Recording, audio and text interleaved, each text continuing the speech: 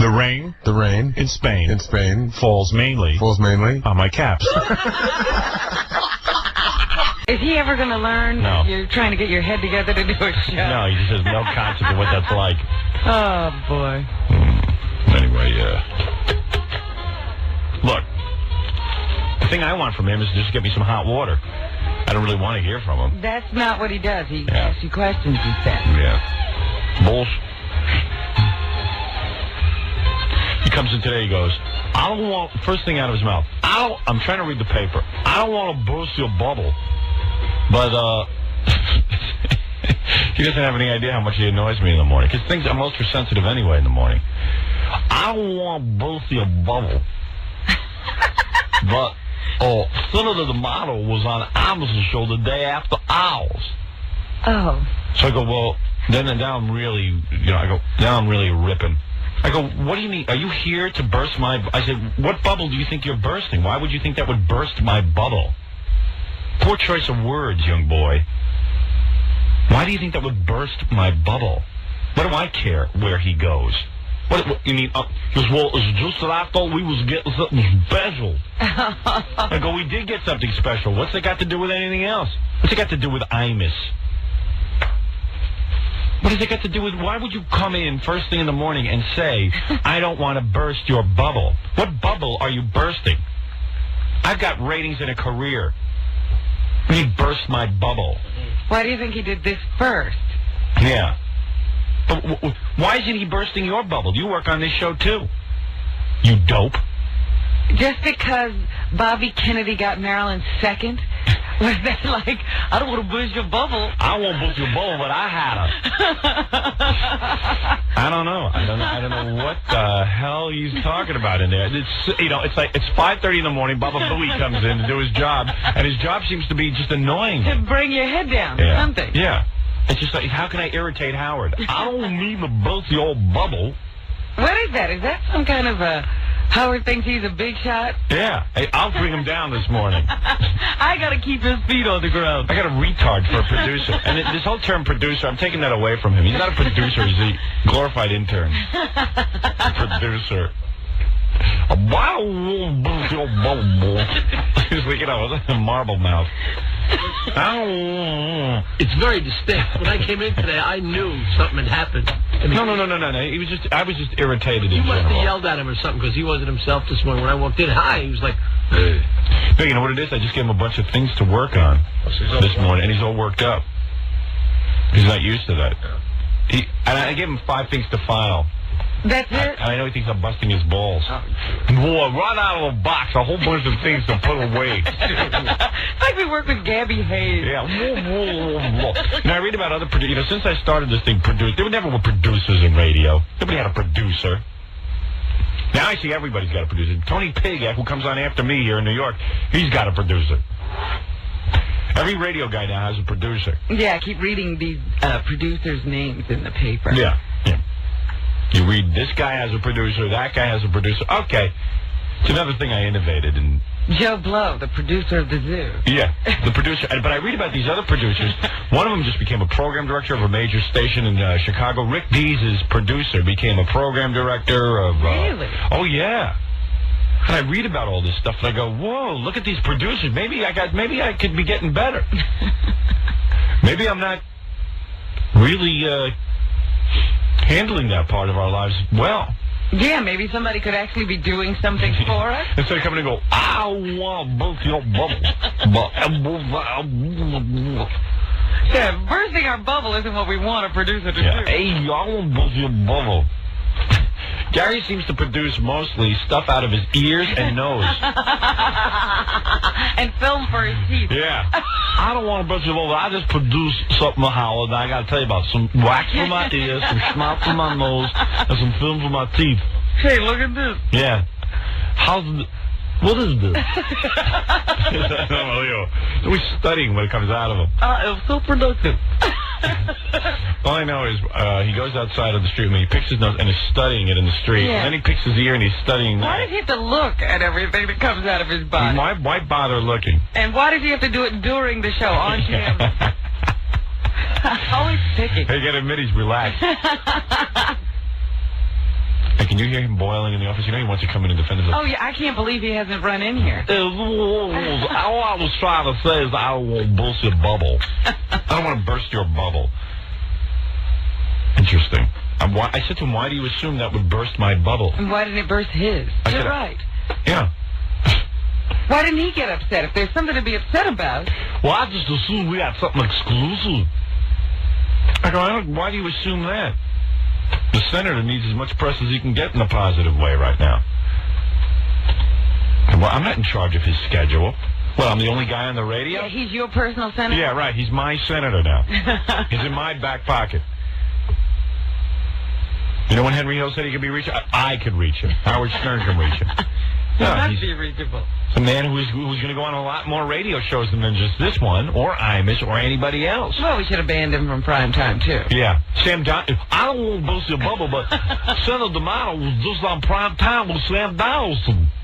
Duh. I don't want to burst your bubble. Gary, I didn't think you were coming in because I beat up on you so bad already this morning. I wasn't. Yeah, we knew you were hiding.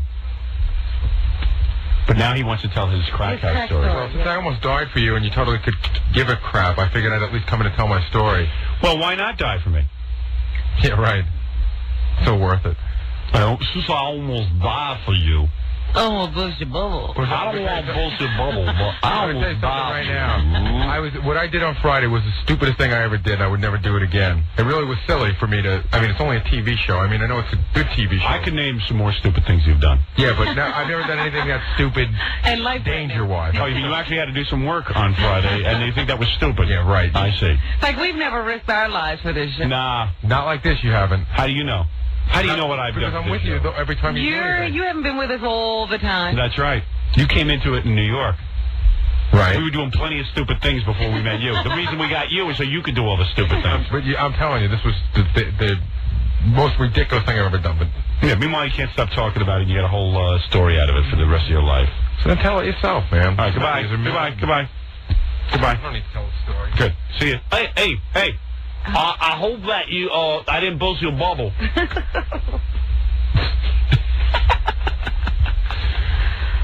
Oh, boy. His life is dangerous. Can you imagine this? I write for 2 hours every day in a room with no ventilation and no air in the room, and he's telling me how dangerous his life is. Every day I go back with Jackie and Fred in a room, a box, like a veal, with no air in it, and he's telling me he's living a life of danger. We get done with these commercials, I'm going to drag his ass back in here. I want to hear him tell the story. Right. He's all shook up. My life is to shake people up. Unfortunately, the people around me are always people I work with. Bring in some people, I'll shake them up. We got to take a break. We'll be right back. It's the 4th of July, Monday morning. I'm Dia Stein, and here's more with Howard and Gary as they continue to argue on the best of Stern. Where's Baba? Bowie? He's out in the hall somewhere. Baba Bowie. Oh, come on in, Baba Bowie. Don't be a baby. How could he get this upset? I'm just yanking your crank.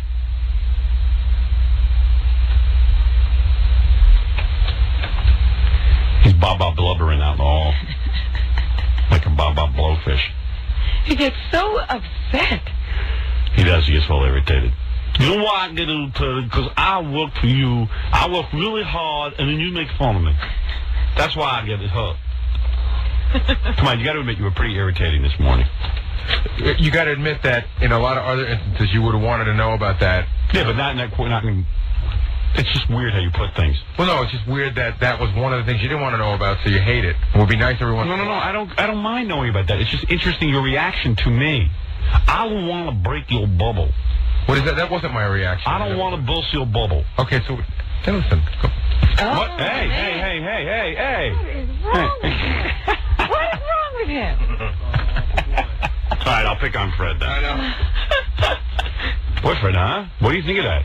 That was very intense. Yeah. You told me you didn't know. Then I So if I don't know, how many times will you keep asking me if I know? But I mean, that's not a satisfactory answer. I don't know. In other words, you should... But what do you need a satisfactory answer? What's that? Why do you need it? I don't have that answer, so why do you need that answer? But you sort of do have that answer. You can tell me a little bit more of what's going on. You just... What do you want me to tell you? In the dark. I choose to keep you in the dark. You think that I am choosing... This is a master strategy on my part. No. It's just not that intelligent. Tell me what you know about it. I want you to be totally honest in front of an audience. So I don't know anything. What do you know so far? What is your summation of all the information I've given you? What do you think the answer to your question is? Well, I know that you're working on putting some things together. Right. What am I working on putting together? But tell everybody. But you don't tell us what your progress is. We don't know where you are. That's the point. I know you're looking for an executive. You're looking for an executive producer. So what is my progress?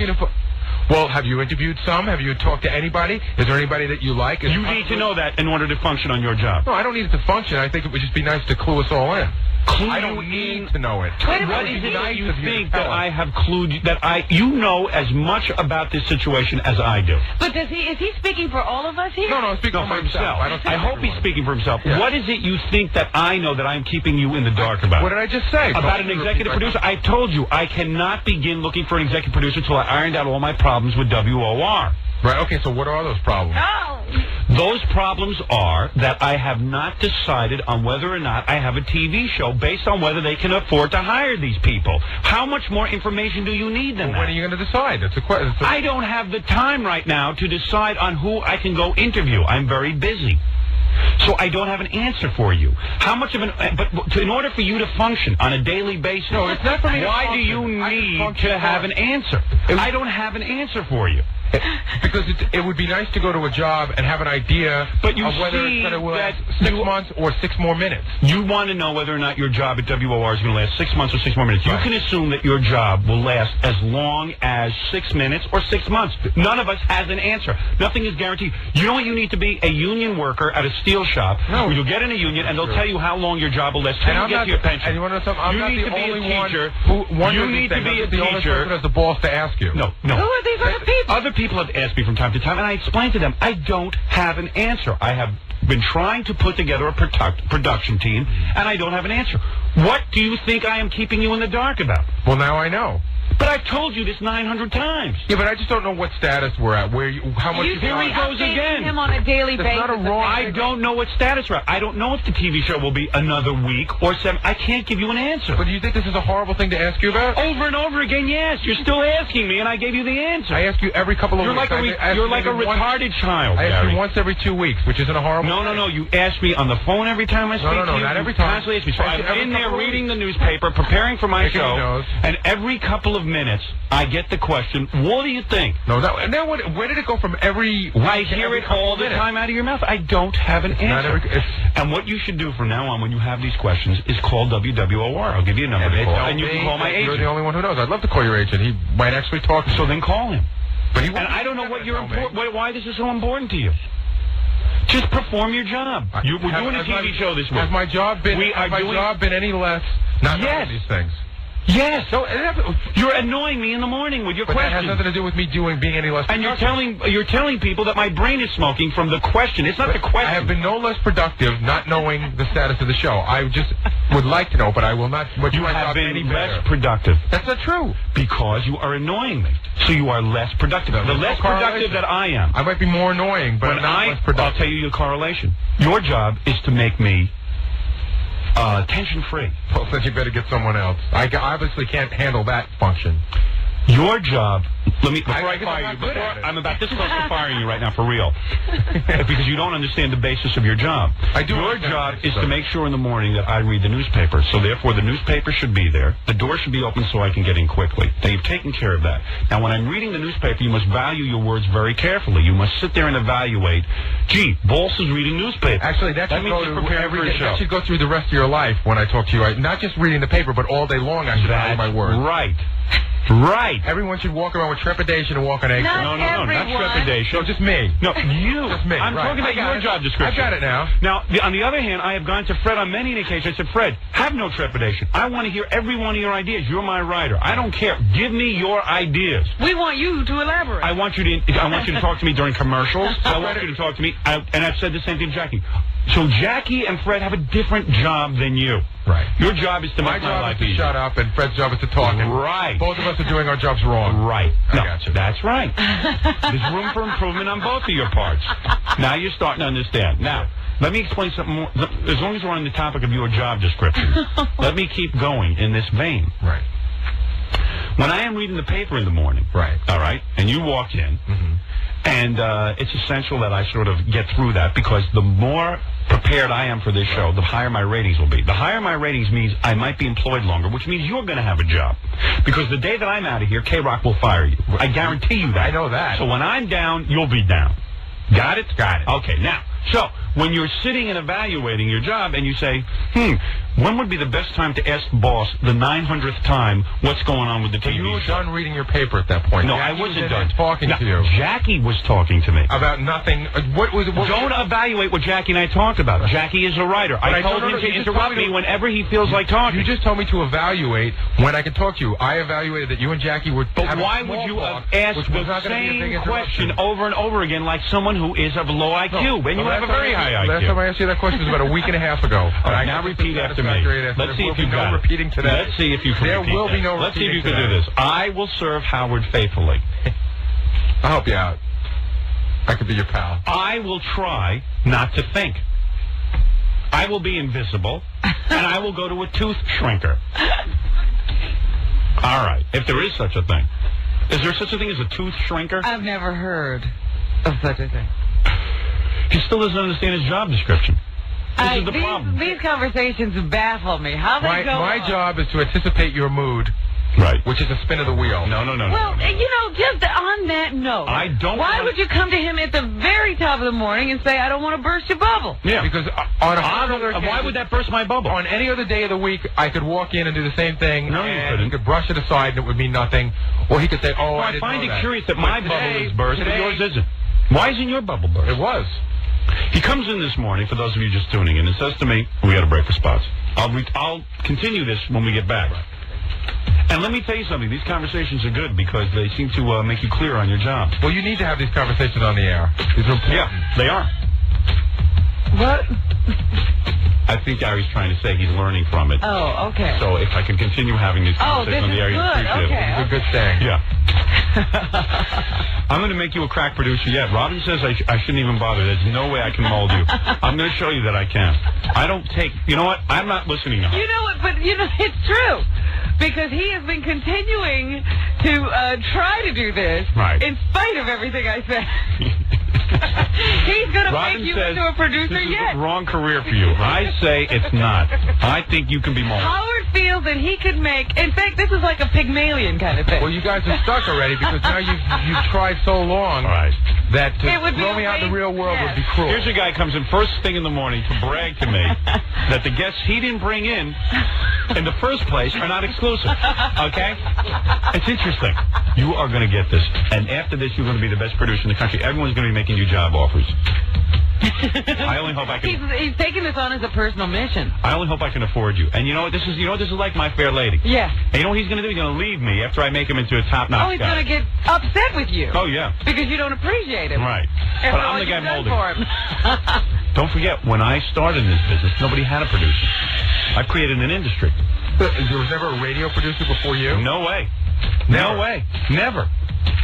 I was in Detroit. I was in Washington. I was in Hartford. I used to go to general managers. I want to produce. I want a guy behind the scenes who can... What are you talking about? Why can't Robin do that? I go, well, Robin's doing news. Why can't you do that? What are you doing? I'm busy writing and creating. Remember, I got Fred hired under that premise That's in right. Washington. Fred got a promotion, though. Right. Somehow, he can't promote Baba Booey. No. To what? To where? There's nowhere for you to go. Right. We'll be back right after these important words. Did you say that Ralph could come in? Oh, yeah, he can. Quickly. He's still looking for an apartment? He wants to plug his apartment search. I told him he could do it. Yeah, he can. Has he had any luck? All right, I got to just say one thing when he comes in. Before All right. Hey, Ralph. Hey, Wolf.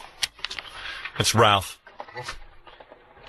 What is it, Senator and John? I'm just going to tell him, you know, what extension to ask for when they call so we can better handle this. What? All right, Ralph, do your plug. Do we have any meetings today? What was that? Oh, he wants to have a funny head. He wants to have another pay-per-view meeting. Oh, I see. Jessica Hahn and Ralph really hitting it off in the meeting. Jamming pretty good. What do you got there, Ralph? All right. Nice bump on your head today. Now it moved to the other side of your head. Now it's on that side. I don't have any bumps You on got my two head. giant zits. Look at that. I do not. Where? Right there. You're on it. Do I, John? It's got two giant zit bumps. It's like a lump under your mattress. It keeps moving. Where? You got one there on the other side too. They're not giant. Touch it, John. It's like bolts. Oh my God. Oh. What is that? A zit? There's nothing there. I think it's part of his skull, Howard. Is it really? I think so. I have a lumpy He just skull. has a lump on his head? It's my, Yeah, I always thought there was zits. oh, man. Like uncomfortable zits. It's an uncomfortable skull. Wow. He's got two giant bolts like sticking out of his forehead.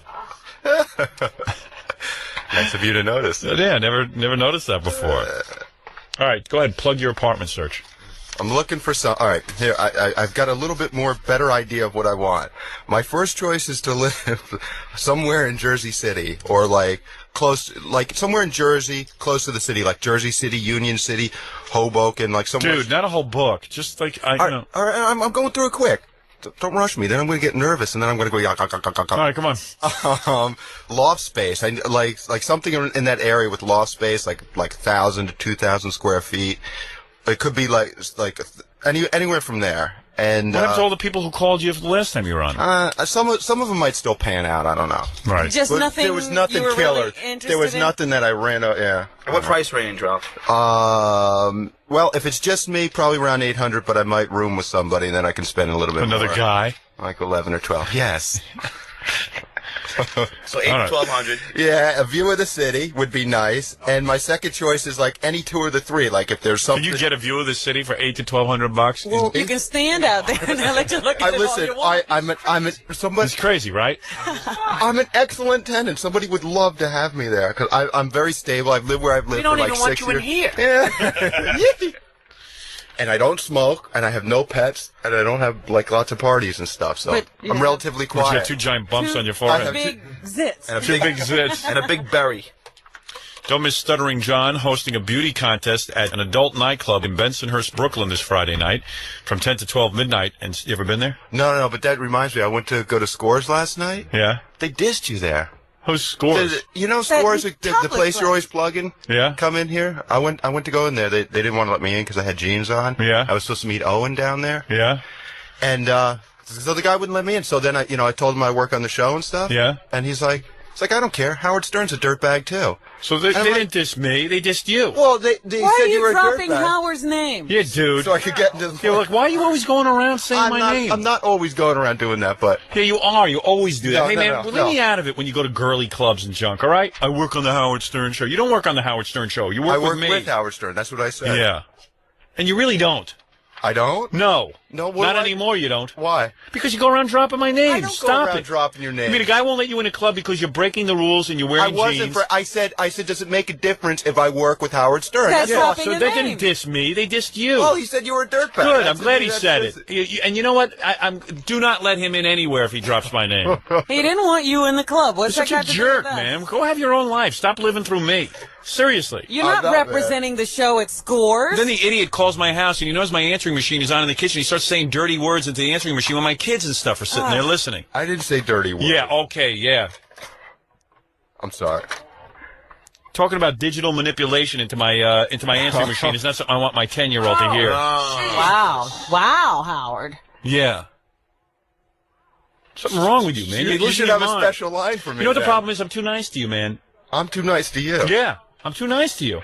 I'm nice to you. Why shouldn't you be nice to me? Dude, My I'm greatest too nice to fear you is because that I'm going to one cut you out of my day life one day. Why? What did Ralph I do? on I his said high stop doing horse that. Stop will doing go out what? there using your name and running What? around screaming about what he wants in Yeah. a certain place. I- and no, then it no, no, comes I'm not back carried away. that you No. are Yeah. doing things. No, Stop dropping my name. When you feel the urge to say my name, Don't say it. Because Ralph, what happens is sometimes I take him around with me, and then he's getting limoed around, and people are opening up doors for him, and he gets all excited. Then I walk away, and he thinks it's supposed to still happen. The party's over. And he starts just saying, "Hey, I work with Howard Stern. What's You the are a big deal?" dirtbag. And then I like how he comes in. He goes, "Hey, Scores was really dissing you, man. Well, You go up there dropping my name. They weren't dissing me. They're dissing you." Yeah, well, they were, but yeah. And then but what do you want me to do? you What do you want me to do? You want me to get worked up, Ralph, and start yelling about him? No, I don't know. How did his name come up? You brought it up. Don't bring up my name. I won't get dissed, okay? All right, man. Mr. Diss. I'll never mention All of a name sudden, he's into black terminology. Scores, they hate you. Hey, man, Scores dissed you, man. Yeah, could you do me a favor, Ralph? We have like a really good relationship with them. Yeah. And they're doing stuff with us for the pay-per-view, and I don't really need you trashing them. And if you want to get in, just let me know. Yeah. Well, no. I can say what I want to say, Gary. No, you can't. I think the guy was Gary's a dick. absolutely right. The You're guy a was a dick, dick. and he's not a dick. Shut up. No, You're digging a deeper hole here. The guy was being You're a digging dick. No, he wasn't. You were wearing jeans. He didn't want to let you in. No, he was being a dick. No, He had Ralph, an because you look like a attitude. sleazy, dirty, filthy boy. Then why do you dress and he doesn't like want me to if let I you look in. so bad? Hey, If I why look do you work with sleazy me? and dirty? Why do you work with me? So you can use me? So I can So use you a use user? it for what? So you can mention my name to get into stupid strip clubs? No, that's Are you why a I work- user? No. Are you a user? No. Are you a user? No. And if you don't want to do my hair anymore, or dress me, just give me the word. I'll go find someone else to do it. I didn't say I didn't want Don't to do use it. my name. Do you want me not to do it? No, I don't want you to do it anymore. Then I won't do it Good, get anymore. out of here. Okay, bye. Stupid ass. Get out. Dummy. Not even mad. He can't even get a. He doesn't want to help the show. He can't even get a job I don't outside help of the me. show. I'm the only one who pays him. Well, Gary comes in and says, you're destroying a relationship. You go, screw you, Gary. I can say anything I want. I'm Ralph. You're completely carried away with yourself. That's my opinion. You are carried away with yourself. I am not carried And you away don't come with in myself. here and start, as you say, dissing my people that I work with. You're foolish. A place in Brooklyn Heights. You're would be a cool, fool. too. That's got You're a good- fool. I'm turning off your microphone. Pulls rank on Gary. Yeah, on Gary.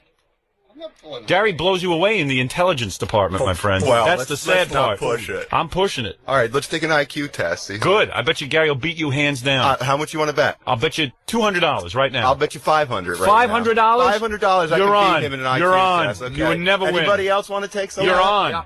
Fred, how much? Any 500? amount I'm you betting want. on Gary. Absolutely. How Me much? too. I'm taking Gary. All right. I said that you were smarter than Ralph, and Ralph goes, Absolutely. all right, listen to this. I got $5,000. I got 500 on you. $5,000. $5,000, Ralph. I know you it's ready? smarter than Berry Man. We'll go take you right now in the other room, and we'll give you an IQ test. I'll get a professional Absolutely. IQ. Okay. You son of a bitch. I'll take $500 with you. Good. And what about the $5,000 with Gary? I don't have $5,000 to bet. Well, you just pay the rest of your life. Yeah, just belong to Gary. You know why you don't have $5,000? Because I'm the only one who pays you. Ralph, you want a view of Manhattan? Lose this bet and come clean my apartment for the rest of your life. Let you look out the window every once in a while. Do you have a good view, Gary? Boy, Gary checking in with the witty stuff. You do have a high IQ. I told you. I guarantee Did you write you- that for him, Jack? I guarantee you that Gary will beat you in the IQ test. Well, no, you bet me. You did. What were your SATs, Ralph? I don't remember. Yeah. I was 1190. I don't know. Look at Gary bragging about an 11 and 90. He knows it's better than Ralph. I know it's better. Ralph was. I know what Ralph was. You know, like Ralph didn't even 900 go to would've been college. nice.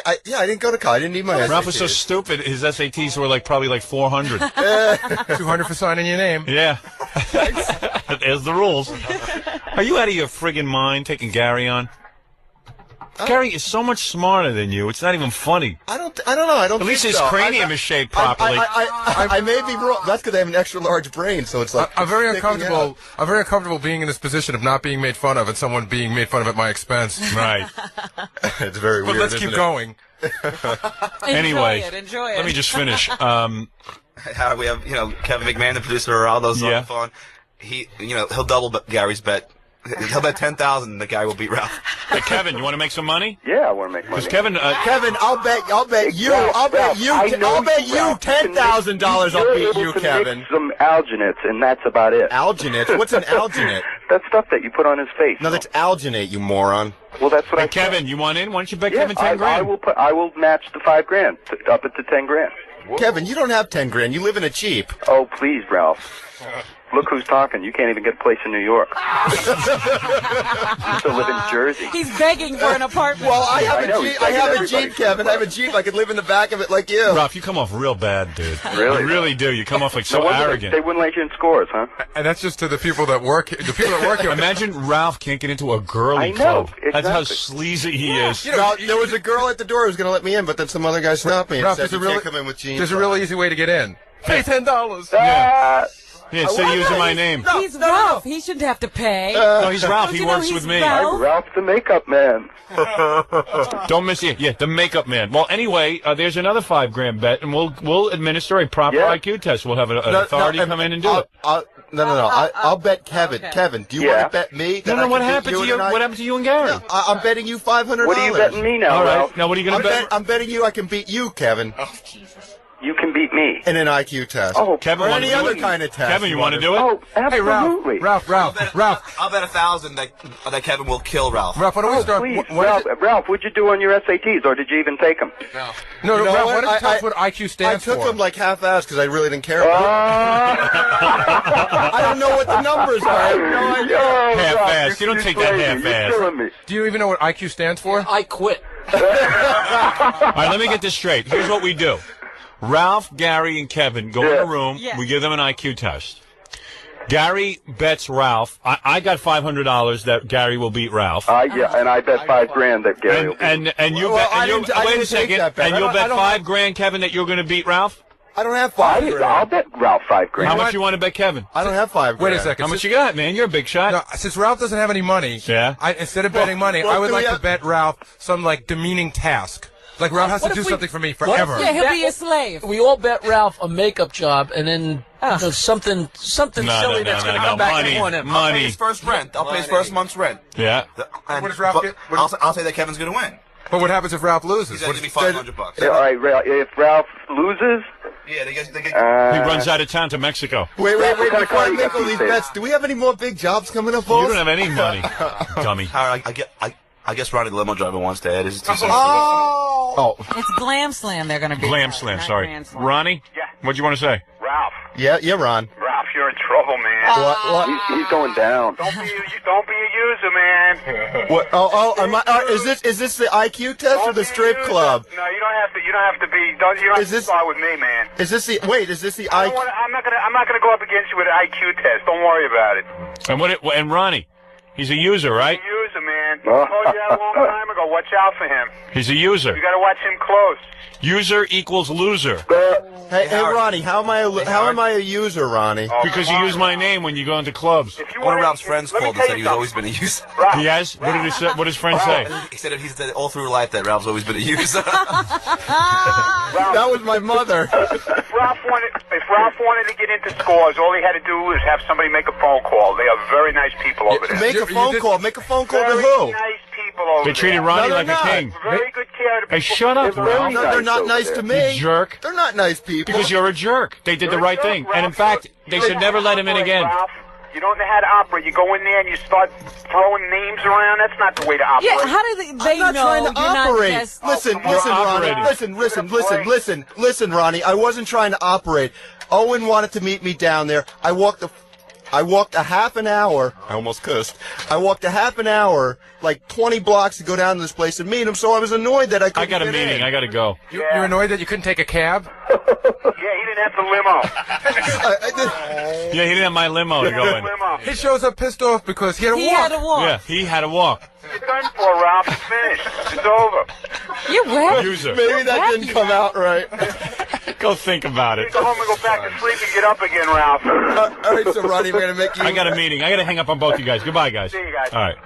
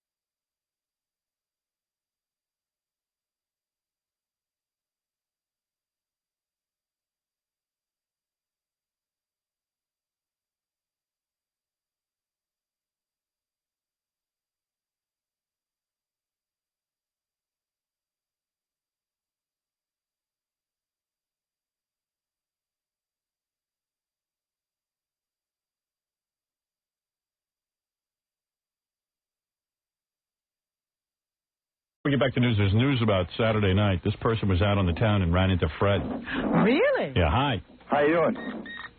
How you doing? Pretty good. What did Got you a little see? bit of a cold I'm battling, but I'm doing all right. All right, what did you see Friday night?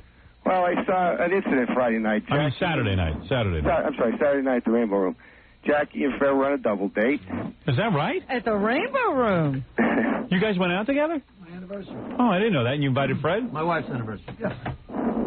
What, your wife's anniversary of what? Our anniversary. Oh. 8. Jesus. Go ahead, yeah. 8 blissful years. Go ahead. The boys were all duded up. Everyone looked very nice. Right. Thank you, sir. But they weren't. Fred didn't act very nice. What happened? Well, he was in a quite heavy discussion with his wife at the table, and maybe 10 or 15 minutes into it, she got up and ran out, and he smashed the table up. You smashed the table, Fred? I don't think that's quite true, but go ahead. Keep telling your story. What do you mean it's not true? Did you get in a fight with your wife? I got into a serious discussion with her, but I didn't smash it. And Jackie, you were witness to it?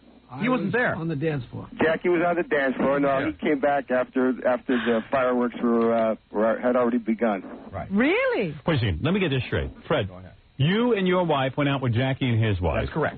For a Saturday night to celebrate Jackie's anniversary. Jackie gets up to dance with his wife at the Rainbow Room. And what discussion ensued? And what do? You got into a yelling match with her? Well, it didn't start out being a yelling match, but it kind of ended up being into an unfortunate. I'm going to tell you something. One thing I know about Fred, he's pretty even-tempered. Yeah. I have never seen him really lose it. You should have saw it Saturday night. What happened? And she left you? She stormed out of the room? And she got really upset and she left, and I went to try and collect her, and basically I just left. Because Did you say anything to Jackie? How could you not tell me about this? No, well, this is a major story.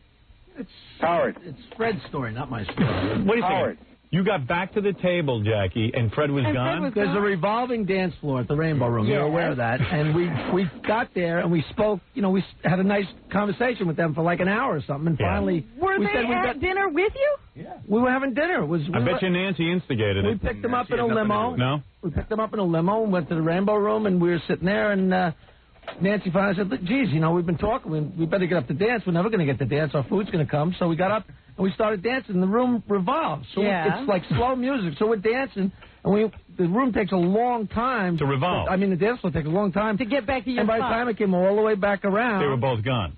No, by the time it came all the way back around, we just came back to the table, and Allison was sitting there. And Fred was gone. And Fred was gone. Fred left? They stayed another 2 hours that I know of. Without Fred? Without Fred. Well, wait a second. Hold on. Well, let me get this straight, Fred. You went after your wife because she stormed out of there. Yeah. I wanted to try and straighten the situation out, but I was unsatisfactory with it. She seemed to be getting more upset, so I just left. And she stayed with Jackie and Nancy. Which was probably a smart thing to do. Jack, what did you think? Were you bummed out the rest of the night? Or were you trying to console her? And I'm really sorry because it was their anniversary and I ruined their night. What could you be fighting about? What, about the play again? No, it wasn't anything about that. What did you get a fight about? I bet you I've had this fight with my wife. That's nothing I care to discuss. Oh, really? Is that bad? It's nothing I care to discuss. You guys getting a divorce or what? Not that I know of. Did you make up? Yeah, we're talking. Dude, this sounds serious. Yeah, well, you couldn't even keep it together for Jackie's anniversary? Was that bad? It was just a Fred, you are odd, situation. Man. That's odd. I mean, you couldn't save that conversation for later. You couldn't come back? It was one of those things that kind of escalated and just got away from us. He almost lost it. I thought he was going to whack it. And what did he do? Well, I think you're projecting a little bit. Doesn't sound like it. Wait a minute. You didn't see yourself, Fred. Let me ask you something. Were you at the table hearing the discussion? No, but you were up on that landing, and I was only 3 tables away. You definitely were. But you didn't really hear what I was saying, did you? No, but you could tell you were upset and you were arguing. So you didn't hear what I was saying. You answer my question directly. No. Well, what was he hear? He saw you. He could what see I'm talking about he saw everything. What you can see and what is being discussed are two different things. So you were banging on the table. He knocked a couple of drinks off the table. Is that true? So I guess that's a little bit different than destroying the table. That's a lot. That's destroying the table. Oh, that's destroying the table. Okay. I go with that. If those are your terms of destroying the table. You knock drinks over on the table? And you don't think that's destroying the table? No, that's not destroying the table. But there you go. Then don't come to my house. Jackie, what happened when you came back from dancing? Like there were drinks all over the table? It's not, want to know something? It's not like I did it intentionally either, like I smashed the table. It was one of those things that was accidental. What do you mean? You sounds like you were flailing your arms. It was just an accidental thing. Because you were screaming. You could do that by just, like, having a calm conversation and knock a glass over. Yeah, but you knocked several. The accident was you were trying to hit your wife, but you missed it. Stop it. Now you're lying, man. No, I'm just... Now that's really bad. What is it, John? I certainly hope in your lifetime someday, sir. What is it? Something like that. It's really weird. Get Fred's wife on the phone. No, okay, well, I got this call in the morning. I asked Jackie about it, and Jackie denied the whole thing. As if it's... Jackie, what's your problem, dude? Oh, John asked if Fred had a problem Saturday night, and I said no. Why? He did have a problem. But that's... So ask Fred about that. You know, you can ask that's me. not mine to share. Right. Oh, you really get it, don't you? Yeah, I do get it. Yeah, I know you get it. If I'm out with a friend and he has a problem with his wife, that comes before the show. Sorry. I'm trying to get this straight. Sorry. So now they're at dinner trying to celebrate their anniversary. Right. Fred and Allison have a fight, and Allison stays and Fred goes. Yeah. And they have to sit now and take care of Allison? Yeah. Was she a basket case? She was upset. But we actually, you know. What a nice night. Did you eat? I mean, dinner hadn't even come yet. Fred, didn't you care about Jackie's night and, like, the fact that you were ruining it? I did, but when you leave a table... I figured it was just smarter to just leave at that point. You were that irritated? I was that irritated, yeah. Wow. I was that irritated. Must have been a whopper. Allison's not home, his wife. Really? She wouldn't answer the phone, at least. Oh. I get the machine. I get a feeling you guys aren't even talking. You don't think? Right. We were talking last night. We had dinner together last night. Yeah, I feel so. And there were no incidents, and there were no upsetting of any tables. What would you be mad about? Hey, don't you ever get mad at your wife? Don't you? Yeah, but I'm saying, what could you? I've never run out of a restaurant, especially in front of other people. That's pretty bad. Then you're a very lucky guy. Right. You're a very lucky guy. What can I say? You think so? Yeah. I would be so embarrassed to run out during his anniversary. I would care about Jackie, and I wouldn't want to ruin his anniversary. It was embarrassing. Of course. Did you say anything to Jackie since Saturday night? I called. Matter of fact, I called that night when I got home. I left a message already to apologize, and I called the next day to apologize. And what did you do when you went home? Did you just go to bed? Basically, yeah. I just kind of like sat. And what happened when your wife came home? Did you yell at each other? No, I put the discussion off until like the next day. Which you could have done earlier in the evening and had a nice evening. Well, Robin, when you're in the heat of the moment, and I'm sure that's never happened to you where you've gotten emotional about anything, I'm sure you've always been in control, right? At home. You must have been laughing your ass off when you got home, huh? No, he's a friend. Yeah, Why don't you lie some more? I just, find it funny that they were celebrating a wedding anniversary. Right. Yeah, and Fred has to screw it up. Isn't it great to invite them? It was absolutely very strange. Isn't it great to invite them? Yeah. Is that the last time you invite them to celebrate anything? You're just trying to get through life, and you got Fred and Allison having a drama. No, you're just trying to get through life, and you got this guy calling the show. Oh. Hey, I'm just a loyal listener. If you're just a loyal listener? Well, what about being a human being? Hi, Allison. Mm-hmm. What happened? What happened with what? How could Jackie, I told you when you married Freddie was a nut. Now, see, now you're not being nice. Wait a minute, what are you talking about? Now you're not being talking about Saturday night. You're not even being fair. You're not even being It was great. Yeah, you had a good time. Fred was at home. Yeah, it was a great night. Fred went home, and you cried at the table while Jackie and Nancy tried to console you. Sounds like another great night with Fred Norris.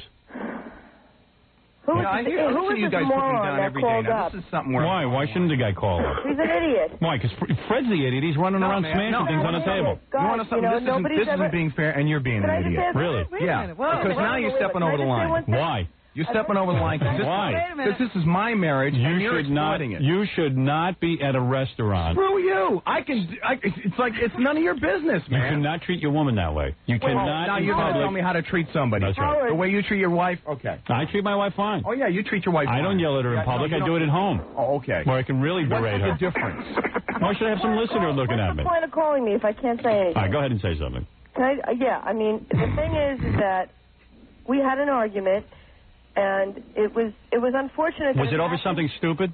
Huh? Was it over something stupid? It doesn't really matter. No, I'm not asking you what it was. Was it over something? Having 40 million people know my business. Well, then you shouldn't do it at the Rainbow Room. Yeah, why don't you use your head? Well, it just happened that way. You got to know how to deal with Fred. I know how to deal with Fred. I know how to treat him in public. No, yeah, like this, with no respect. No, I just know how Fred gets. You don't understand. You know what it is? You can't just talk to Fred in public. No, yeah, you treat me like a dog. Is what? That's your answer. That's exactly right. Well, you want to know something? I'm not going to take that. You have to take it. I'm not taking it anymore. You have to take it. No, I don't. You have to. No, I don't. Yes, you do. Is this the way it's going to be from now on? Yes. Well, then you want to know something? I have no business being here then. Yes, you do. Today's my last day. Really? Okay? You're quitting the show? I'm quitting the show. No, you're not. Yes, I am. Oh, come on. You're over the line, and I really resent this. No, you're not allowed to quit. No, I'm just trying to straighten out your marriage. This has gone way too far. What? The guy called up and said you had a fight with your wife. I don't care. If you're supposed to be a friend, you're supposed to know where to draw the line. I don't know where to draw the line. If you don't know where to draw the line. If you were a friend, then I don't have. You would understand that I don't know how to draw the line. Well, then you want to know something? Right. You should learn how. I can't learn how. Oh, so you're gonna? I can't learn how in my own life. I'm going to learn in your life. Maybe Fred could get a job at the Rainbow Room. Yeah. Why don't you just shut up and die? Oh, there you go. That's You're an idiot. You're a goddamn idiot. And you Hey, just because you fight with Fred, you don't have to displace it and put it on this guy. Yeah, shoot the messenger. Yeah, shoot the messenger. Yeah, shoot the messenger. I don't even know why the hell you're there to begin with. You're a piece of garbage. You know that? Who, Jackie? No, I don't think she's telling it, Jackie. I'm not Allison, what happened? So go ahead. We interrupted you. Jackie I'm sorry. and Nancy are wonderful people. Sure, you spoiled their anniversary. Why don't you shut up, pal? You did spoil their anniversary. Why don't you just shut up? Freddie, you admit you spoiled their anniversary. I admit that. Okay, thank you. And this guy is trying to ruin my life, and I'm not going to let you. You know something? Hey, Freddie, he's not ruining your life. You know why? Because you're leaving Fred? Freddie, he's dead to you. He's dead to you. He's dead to me. This guy was never alive. This guy is dead to you? Yeah. This guy don't care. You're never going to speak to him. Never alive. Are you too insane? This guy's a slug. All right, what happened, Allison? Go ahead. You didn't have a chance to First of explain. all, I'm not telling you what happened, Howard. Right. Sorry. All right, but you said you wanted to say something, and I The interrupted only you. thing I wanted to say was, Fred, don't even go there because it's not worth it. Fred can't go there. No, I'm You talking upset to Fred, him. like, You upset my friend wasn't going anywhere. to the point that, excuse me, I'm allowed to say what I want. You upset my friend to the point, I'm turning off your microphone. Well, you want to know something? Then I upset you. Here he goes. Here he goes. You're going to turn off my You don't know how to handle him either, obviously. You're going to turn off my microphone. I see your problem, Allison. There's no point in being here, Right, okay? right. Because I'm not going to have you exploit Freddie, this part of my relax. life. I see. Freddie, just chill out. Yeah. Don't worry. He's already exploited our life. What's Is the that big deal? how I exploit your life? Excuse me. He gave you that life. I gave you a life, sweetheart. I put you on dial-a-date and got you a man. He gave me a life. Yeah. I forgot that you gave birth to me. I didn't give birth to you, but I know I gave life to you. For everything. I gave Fred a life and I gave you a life. You take credit for everything. I gave you both a life. I know. You breastfed me too, right? Just about. I might as well The have. world spins. Everybody needs lactate nourishment. That's right. Robin, Poppy and Mommy. So what happened? Tell me what you were about to say. No, I wasn't really about to say anything. Why did you fight in public? Talk about this. Why did you fight in public? It just happened that way. You didn't know how to calm him down? You know he is so easily set off. I think that you're being unfair to Fred. Who? You. Why? Because you're saying that she didn't know how to calm him down. It seems that she was so upset that Fred decided to leave for her sake. No, let me tell you exactly something. why I left. Let me tell you something. When a guy is so selfish that he gets up, this is my feeling, he gets up in the middle of somebody's anniversary, he's invited out for dinner, you work out your problem when you get home, you say, hey, listen, you turn to your wife, you say, you know what, we're in the middle of a fight. I don't want to bum these two out. Let's sit here, we'll talk. I mean, what could be so bad that you can't wait an hour to get home and fight? Allison, because Allison seems to be the one who could not be consoled. Oh, so Fred was trying to calm you down. Mm-hmm. Well, then it's your fault. It is my fault, and I accept full responsibility. Why don't you mellow out with this guy already? You know he's not stable. Will you stop? You want to know something, man?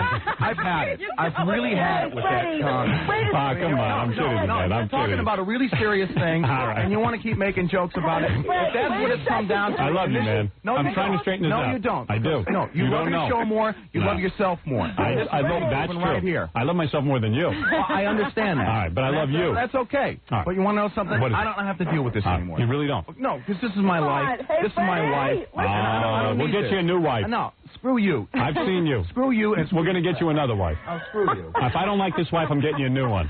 Now here I am trying to calm Freddie down. Robin.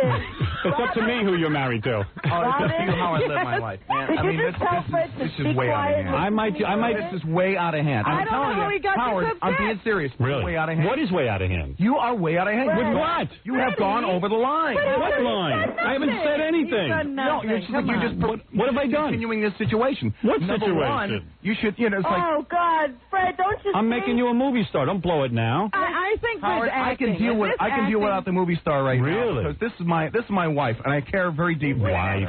We're not doing anything to her. She's just no, talking. not much. Freddie, You know what? You're upsetting her.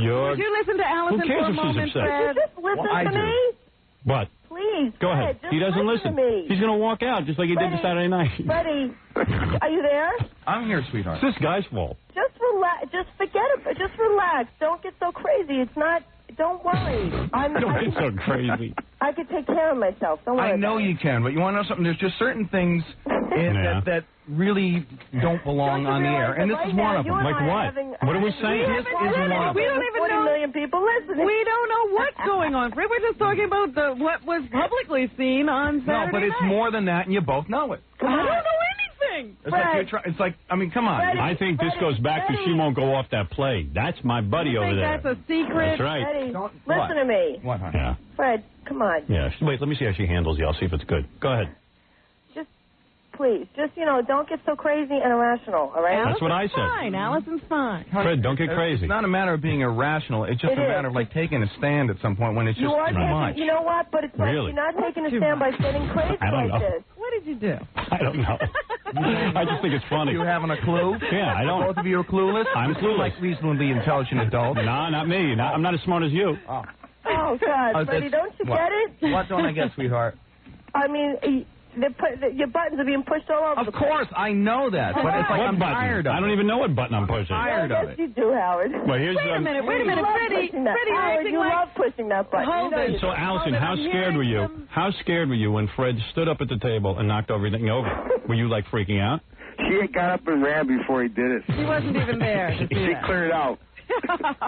But wait a minute. You're a Hey, creep, why man. don't I don't you even know let how the you live with yourself. Why don't you let this guy tell the story? Since he was so obviously the woman you were with was such a piece of bore that you had to like watch us. Why don't you just tell the whole story there, buddy? He did already. I did. And Fred got mad. But I'm hearing from Fred that there's some deep-seated hostility towards you that he has not expressed. Oh, toward me? Robin, What, to Howard Stern? Yeah. I don't know what I did to him. That's a mystery, Robin. Oh, I'm telling you what I hear, Alice. I've always been a pal. That's no mystery. I've always been a to pal. you that he's not going to take something anymore. I don't know what he's Every one of you broads who marries one of these guys who are my pals, you ruin them. You put all these thoughts in their head. Fred was fine until he married you. Yeah, exactly. Right, I know. You're right. And you're going to ruin him, like Nancy ruined Jackie. I know. Look, we're all crazy. You're going to ruin him. You know something? The whole female I'm going to have to get you two divorced. I've had it with this marriage. I'm tired of making love matches. Well, What are you filling his head with at home? Why don't you let the guy have a relaxing night out? Oh. I know he's hard to deal with. All right. And you're a walk through the park. Hey, don't hear my wife be telling I knock over glasses in public. Hey, the view I'm is sure there are other things that you probably scared her to death, so she won't talk. No, I don't. We have a very open relationship. We talk about everything. I could have run into you guys if you hadn't left. I was at the Rainbow Room. You would have really fixed them. I wish you had been You there. were with us the week before, and you said that we were perfectly fine. Remember? Yes, you were wonderful. That's why I feel privileged that I, got to get through a whole evening with you. Here's Jackie's tragedy. Nancy's on the phone. There you go. Oh, Nancy. I ruined Jackie? Nah, not you. She's going to now heat up on me. Honey, you guys don't heat up on me, baby. You ruined Jackie. How did you ruin Jackie? I guess I gave him a great job, and I guess I ruined him. Think about what's the one factor that has to do with all these things, Howard. What? What is that? You. Oh, you think I'm ruining everybody? You think I made Well- Fred and Allison fight? You what? You think I made Fred and Allison fight? Is this email? No, I brought it out to the public. What? What a piece of garbage that guy is. Big time. Big time. Where are you? She has nothing to say. Nancy, go back. This is not your argument. Okay, but I'm at Healy's Friday night and Skipper's on Saturday night. All right, goodbye. Okay? Just email me. Email me dirty stories. Nancy, thanks for the She's the support. best.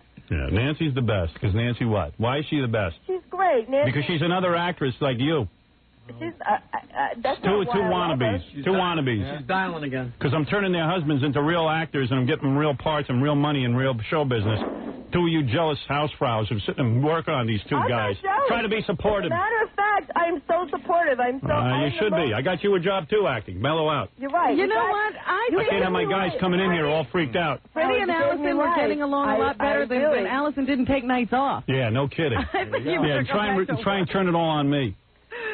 Freddie, oh, Mr. High and Mighty, I'm quitting. You ain't going nowhere. It's not a matter of being high and mighty. Oh, just sit there. Be quiet. Sit there and be quiet. No, I'm sorry. Yes. I'm not. And you're not my dad. Yes, I am. You're not going to tell me how to do I'm your daddy. that. Oh, you are. That's right. Right. Okay. I've done more for you than your daddy. You very well may have, Howard, and I'll be grateful to you for that. But I'm not going to listen to your bull. Yes, you are. No, I'm not. Yes, you are. No, you have no choice. I don't. You have to listen. What is upsetting you so much? He's just angry. What are you angry about? He's upset about his marriage. I'm upset about the fact that you're taking about a situation here. Yeah. This guy calls in, and you're treating it like it's a bit. You want to know something? It's not a bit. I'm curious. My marriage to my wife is not a bit. Yes, it is. No, it's not. I believe it is. Well, in your opinion, it's not a bit. I believe it is.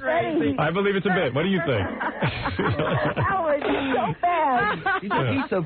Oh, I want to Thank you. Say I'm a piece of garbage, Fred. No, I want to say Go words. ahead, let it out. I'm torturing you so bad. You are. Yeah, You go are. ahead. Face it, you are. Yes. And you know it. Yes. And I'm telling you. Well, too bad. And what really bothers me is that you don't care. I don't. I see that. I don't care. I see that. I don't think it's so bad. One of my guys has a problem. I have to step in. I mean, Howard, there have been things that probably if you happened. can't handle your woman, I got to step in. Yeah, like you got your life in control. So please. I got to step in. You're such a big. I had to help Jackie. Now I'm helping you. These guys are going to embarrass you at the Academy Awards next year. Shut up. Why don't you just shut up? Freddie and Allison fighting in the audience. Yeah. It's like, what have you ever done in your life, Jackie sir? sat there drinking his Heineken. He was cool as a cucumber. Well, gee, we're so perfect like you, right, pal? Hey, Jackie's the one who first told me about this. Oh, he did it? Oh, of course. Squealed like a pig on Monday morning. Right. And we were just waiting for somebody to call in. Hey, Steve, you there? I'm just surprised you didn't squeal yesterday, pal. Hey, Steve. Got a beat on the situation here, Howard. Go ahead. Allison is begging and pleading with him to calm down because she does not want to lose that good life. She doesn't want to lose a good life. That's right. Of course. Let me tell you something. He dumps her. She's back to being a waitress. Exactly. I was a waitress when I was married to him. I don't think she cares, sir. No, she cares. I don't think she cares. Fred, you don't walk out of that room or else life is going to change. Sure, life is going to change, but life goes on, doesn't it? Your wife will leave you in a year. If she does, she does. She will. 3 months. If she does, 3 months. She does. Thank you, sir. That's the way it goes. But I'm not going to have it because. Why doesn't everybody just call in? Good. Why don't you two guys? Well, honey, the room was packed that night. Can we do another press conference? Keep going. Have a press conference. I love it. You do love it. You want to be a star. Now you're a star. Of course. Now I have there you like 15 minutes of fame. Go ahead. Keep going. Keep talking. Who was paying attention to you? To me and Fred. Right. Exactly. Right. Nobody was. Right. Poppy, nobody. That's right. And Mommy over there. Yeah. Right. Jealous? Poppy and Mommy. Oh, dear. She wants to be on the show, too. Yeah, she does. I love it. Listen to me. That's what she talks I about all love the time, Howard. Well, this is why you create a scene in a big restaurant. I told you. Exactly why. I told you. How brilliant is You don't have a scene like that in a restaurant unless. Go home. Let me tell you something, Allison. You guys are both geniuses. I told you when you married Fred, it was not going to be an easy road. I told you that. I'm not saying anything out of school here because I Come on. said Are you a piece of cake, Howard? I don't say Yeah, I he am. thinks he is. But I'll tell you one thing. I'm 20 times more a piece of cake than Fred. Yeah, not really. Not really. You're just very hot right now. You know what it is, Howard? It's all projection. You project all your bad stuff onto him. Right. What? What? What does that mean? Oh, no, she's a psychologist. Yeah. Oh, yeah, you didn't know Fred, that. start playing that Twilight Zone music. Yeah, Fred. Play the Twilight Zone music. Hey, pal. Howard, why don't you hang up on these two guys and let Fred and I just talk about it? I like these two guys. I know. Well, they're right up your alley. She didn't mind call-ins when it was dial-a-date time, though, did she? No, she didn't mind calling in for that. No, didn't mind it at all. You're right. You're right. I love you guys. Keep talking. Oh, God. It's like, you know what it is? It's like this guy's like, a bottom sucker. All right. You know what? I'm gonna done anything in his. This guy's never done anything in his life. This is his claim to fame. Tell me something. Enjoy your 15 minutes. Actually, enjoy your 5 minutes. What could Fred? Not even that. I'll guarantee you're sucking off of somebody else. The argument was about Fred not being happy with the amount of time Allison spent with him, and I think that's How could they legitimate. be talking about that at dinner with Jackie and It happened. Nancy? You're so wrong. It's not even funny. That couldn't possibly have come up. That's something you can delay. Hey, Sean, you there? Yeah. What did you? Sean? This guy saw Fred and Allison arguing somewhere else. Yeah, one time I was in the Tamaqua in Brooklyn. Yeah. And Tamaqua? I've never been there. I've never been to the You an idiot? I've never even been there, idiot. What was that? I've never even been there, idiot. You were never at the Tamaqua in Brooklyn? No, idiot. No. Sorry. Fred, Idiot were you number at the 3, Tamaqua in sorry. Brooklyn? I've been there twice, but you want to know something? My wife has been there neither time, so...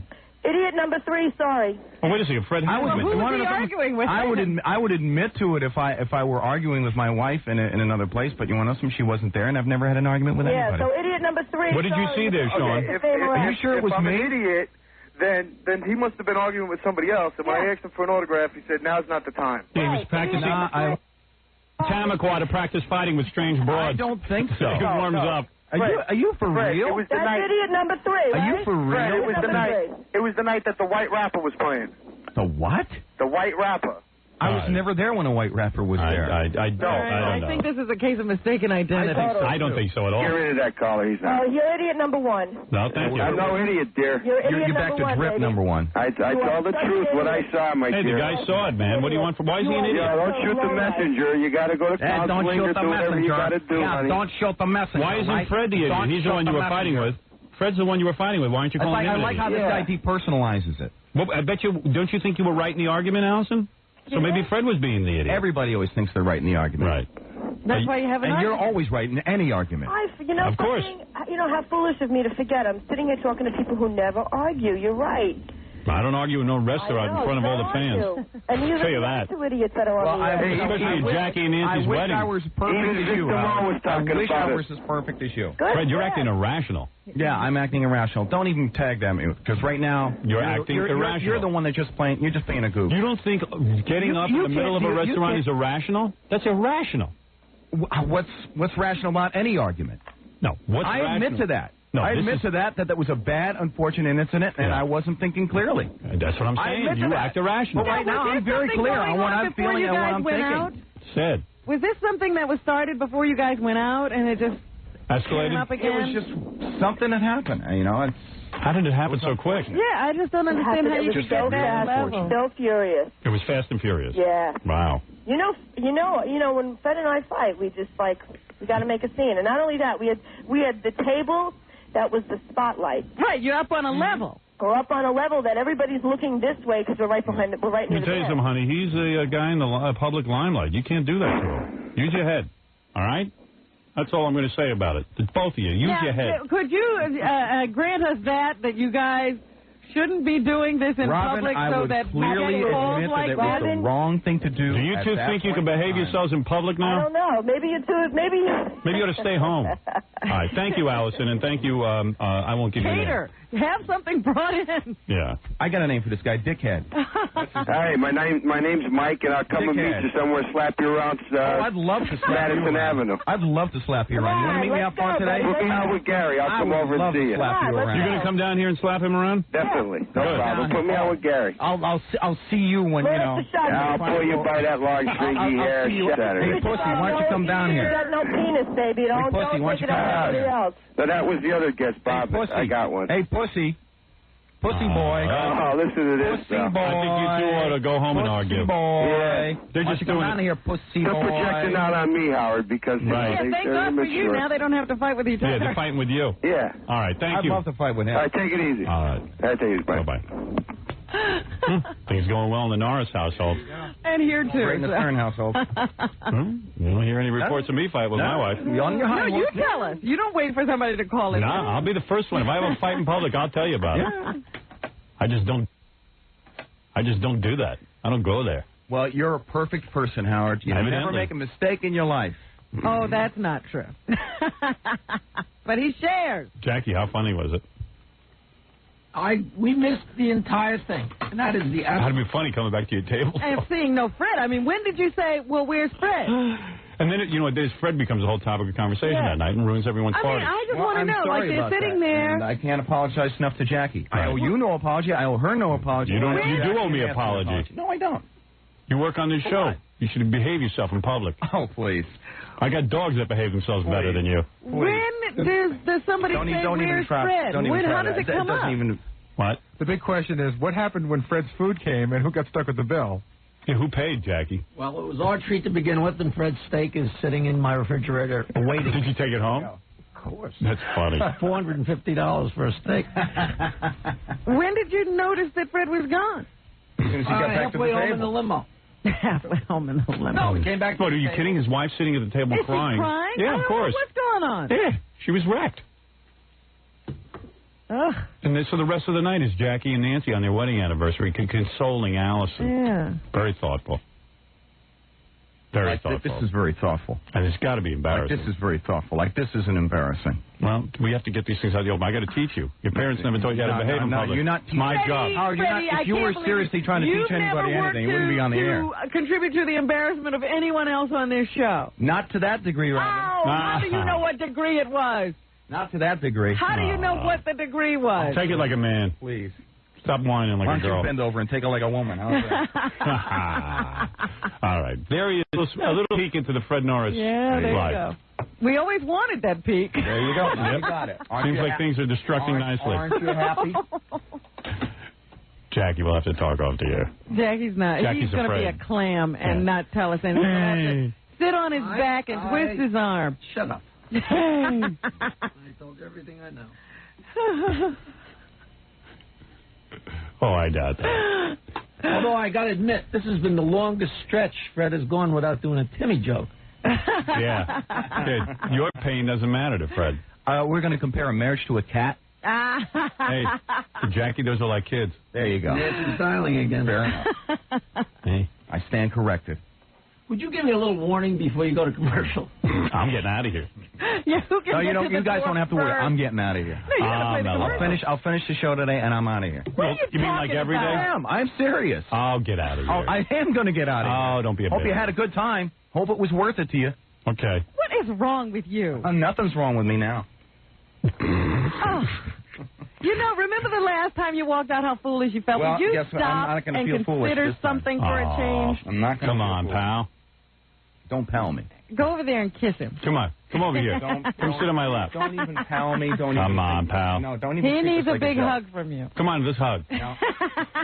You're mad at your wife. Don't be mad at your pal. We didn't I'm do not anything. mad at her anymore. If you're mad at me, be mad at me for setting you up with her. No. I told you she was no good. Oh, stop it. Please. I love your wife. Don't worry about it. It'll be fine. Please. You'll work it It out. is going to be fine with her. So what are you doing? You're quitting the show? Yep. You quit? I'm quitting. I don't believe it. Wait, don't you have a believe it. contract? You can't just walk out. Yeah, you got to stay. Don't let me out. Where are you going to go? I don't know. I don't care. Don't let it be your business. All right. Is he serious? I don't know with him. I don't know. I hope it's not true. It's a step I'll over the miss line. you. I told you it was a step over the line. If you don't want to listen to that, well, then so be it. Well, I'll miss you. No. Sure. I'll miss you a lot. You're a good guy. Okay. It's nice knowing you. Yeah, well, I was a good guy. It was, it was a fun run. Good. Jeez. I guess we should stop taking phone calls on this show. Your Fred's off limits.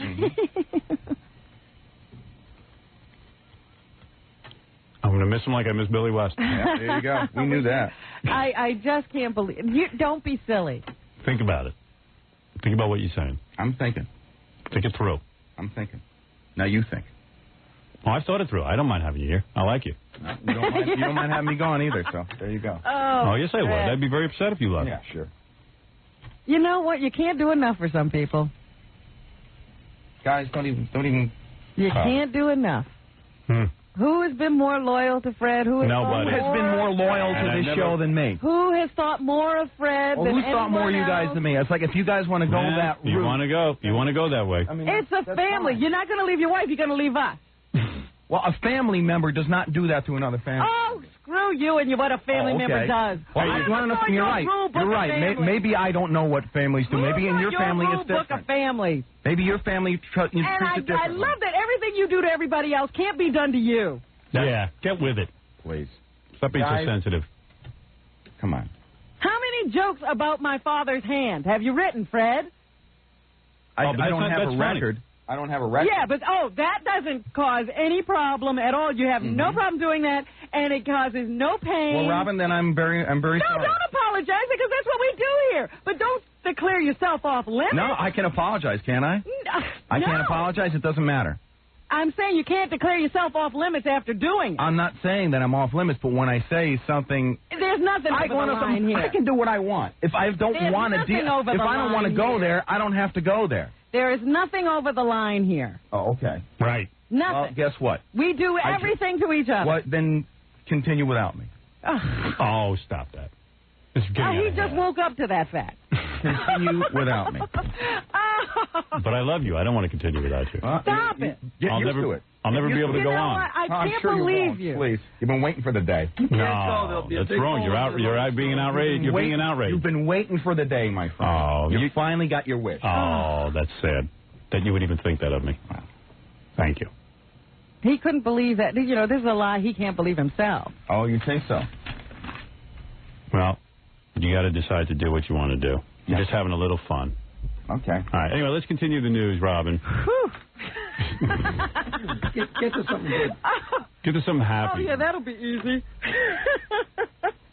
Yeah, I just want to know why you were fighting with your wife. None of your business. How's that? Well, you didn't tell me. We never got into that. We didn't even press you on that. Oh, please. We didn't. Play back your... What were you arguing about? Oh, well, of course we know that Fred's a dog and he can't even listen, you know. Please. Oh, you're insane. What have they not said about I'm me? insane. I wonder why. I can't believe it. I gotta just say one thing. What? What? I am so glad that I am not Ganji with that camera. Well, Fred's got to go in front of Ganji. That's it. I hope it'll fit. Oh, yes, you do. Here we go. I hope that camera's gonna fit in Ganji's butt. But that's where it's going. That's exactly where it's going. Man. No, it's not. You would never do that. You would never lose control again. Oh, guess what? Wow. It's a new effing era. For me, then. Fred, should we call someone? Yeah. Crisis intervention? We got a problem. Call someone who gives a crap. Oh, come We on. need a counselor. Come on, pal. Our family is in terrible need of counseling. Just apologize to me and it'll be all over. Those snowballs from hell should be coming any day now. Set of balls on you. Thank you. You've said a lot of things, but that's the most important. That's how far it's Oh, man. All right, what else is in the news? I don't have time for this. Yeah, I know. I'll forget that. I'll talk about this a little As much later. fun as this is, I got to go. Whew. Did you see the woman who went up on Capitol Hill yesterday? She is she's an abortion. She's not a baby. She's an abortion. Yeah, I saw that woman. Yeah, she had, her mother was 17 years old, 7.5 months pregnant, and she had a saline abortion. Yeah. And this woman came out, but she was alive. She wasn't dead, because usually what they do is they pump out your amniotic fluid and pump in the saline to kill the baby, and then they abort the baby. Cool. Or give the baby, put the woman into labor so she has the baby, but the baby's supposed to be dead on birth. This one lived. And she went to Capitol Hill to testify yesterday, of course, about late-term abortions. The president has vetoed a measure that allows for late-term abortions, and she was there as a pro-life activist. She says that she was as much a baby. She was never a batch of tissue that some people have described her as when they talk about aborted fetuses. She was as alive today as she was then. She suffers from CP as a result of this attempt at an abortion. And she is happy every day for her life, she said. So, did you see the coat hanger hanging out of her back? Oh, stop wow. it. She, I'm sure, gave some very strong testimony. Absolutely. To Can you fight imagine? abortions.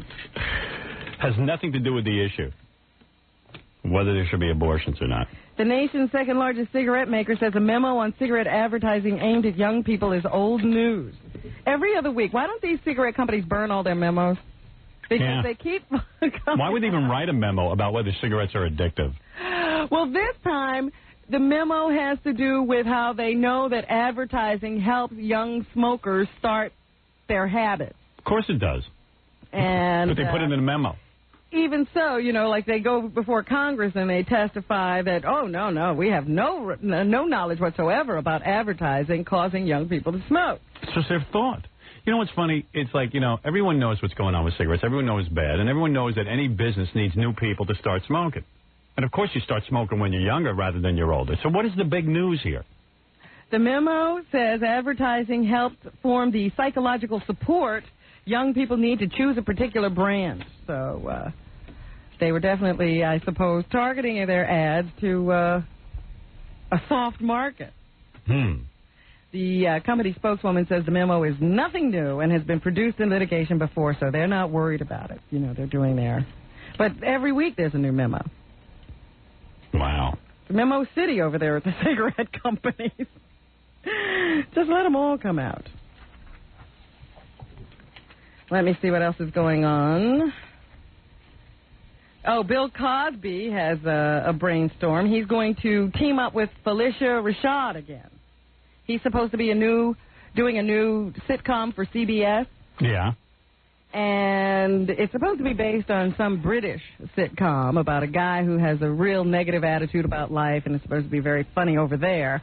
He's supposed to do a similar kind of thing over here. He's already fired his producer. Now they had hired Thelma Hopkins, the woman from Dawn, Tony Orlando and Dawn.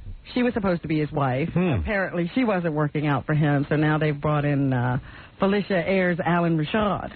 The woman with 4 names. Why don't they bring in Robert Culp? He was good with Bill Cosby. He never goes back that far. I Spy. So anyway, it sounds to me like they're having a lot of trouble putting that TV show together. Right, Fred? I Spy. Remember that show? Great show.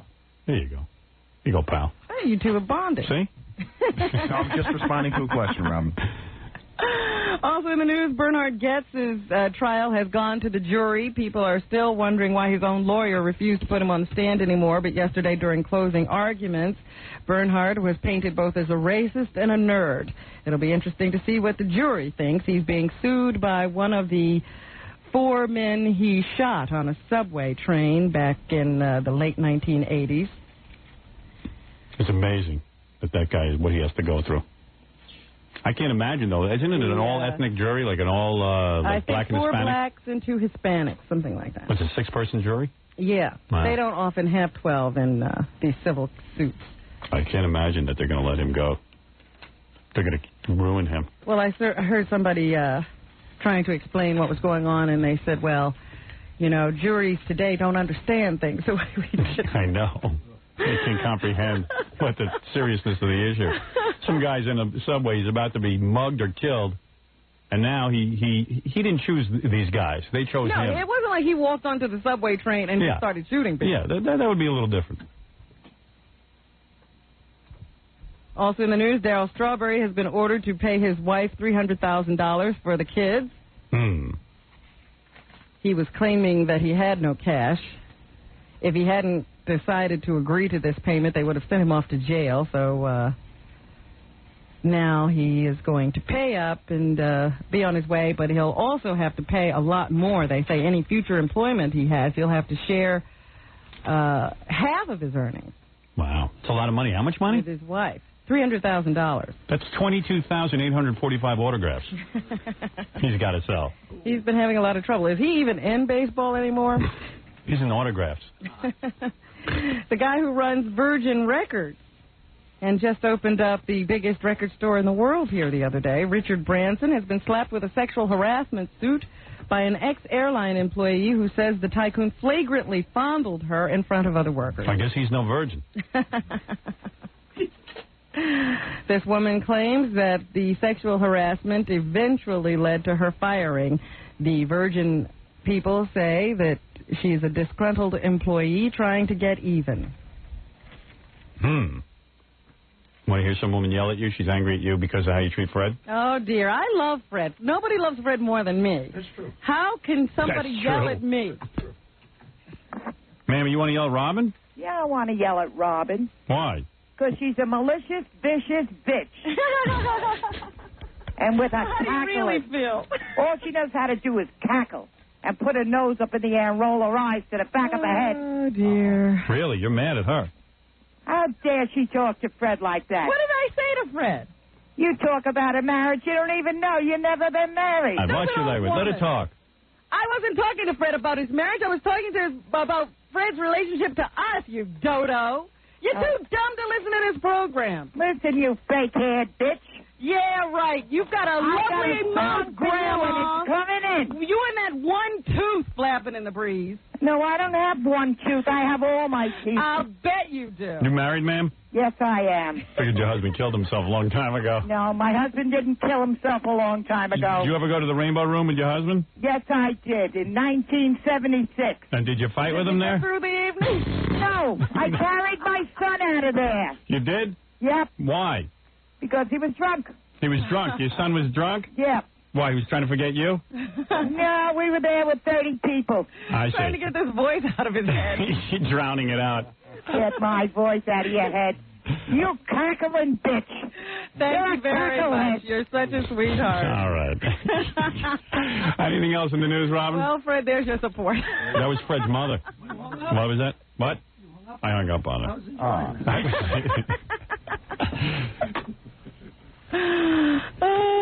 You don't think that was Fred's mother? My mother-in-law. Robin's mother. Robin's mother. Cackling bitch. Cackling bitch is coming. Oh, goodness. Oh, an Oregon man has been convicted of criminally negligent homicide for choosing prayer over medicine to treat his son for leukemia. I love those parents. They're praying. 7-year-old Tony Hayes died in 1994, just weeks after he began showing symptoms of acute lymphocytic leukemia.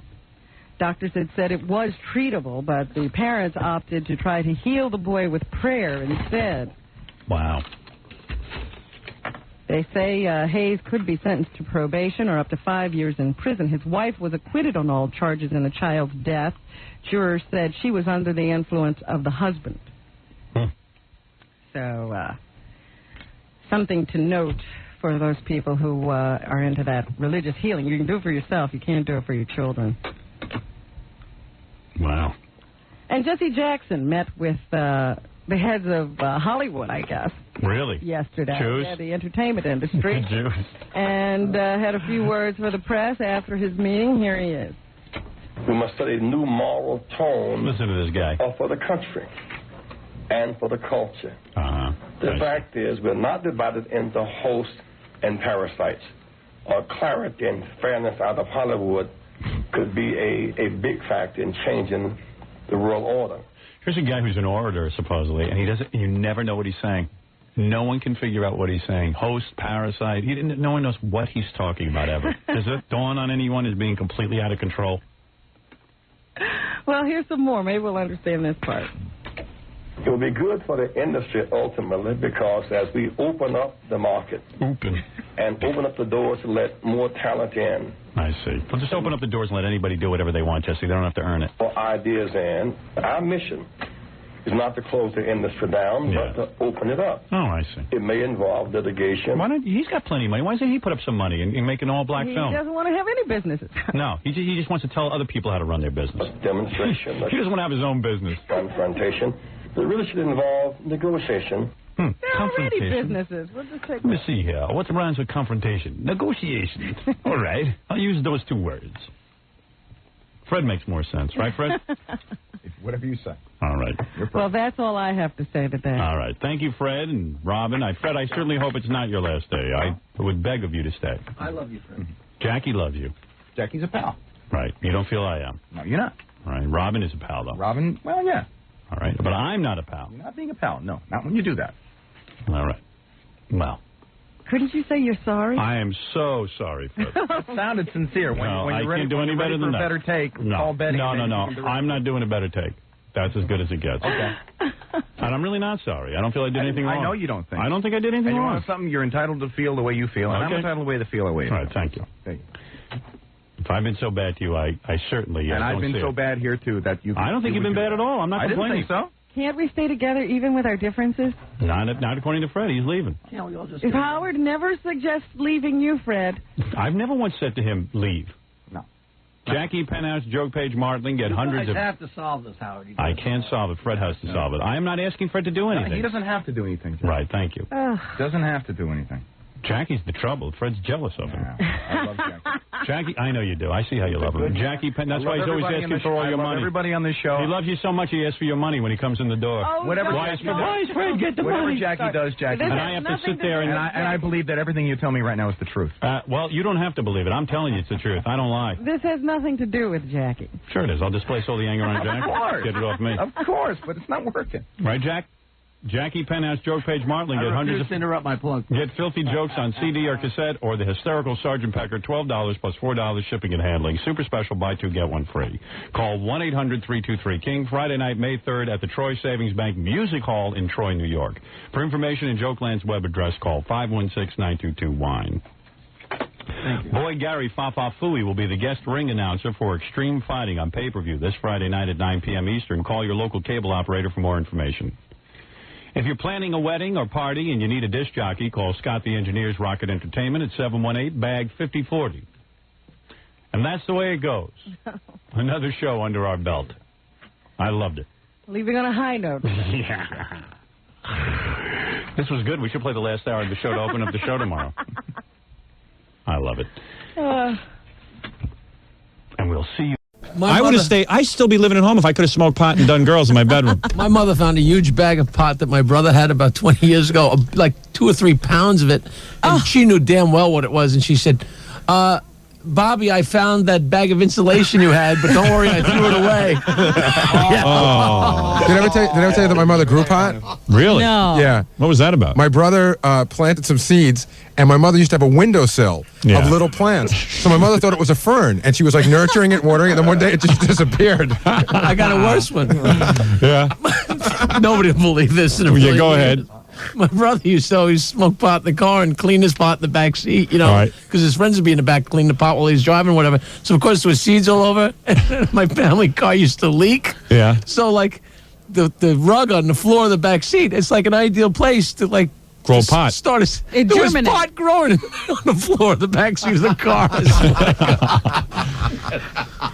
Look at him. He's so happy when he's telling his pot stories. Seedlings in the back seat on the floor. You're not going to believe it.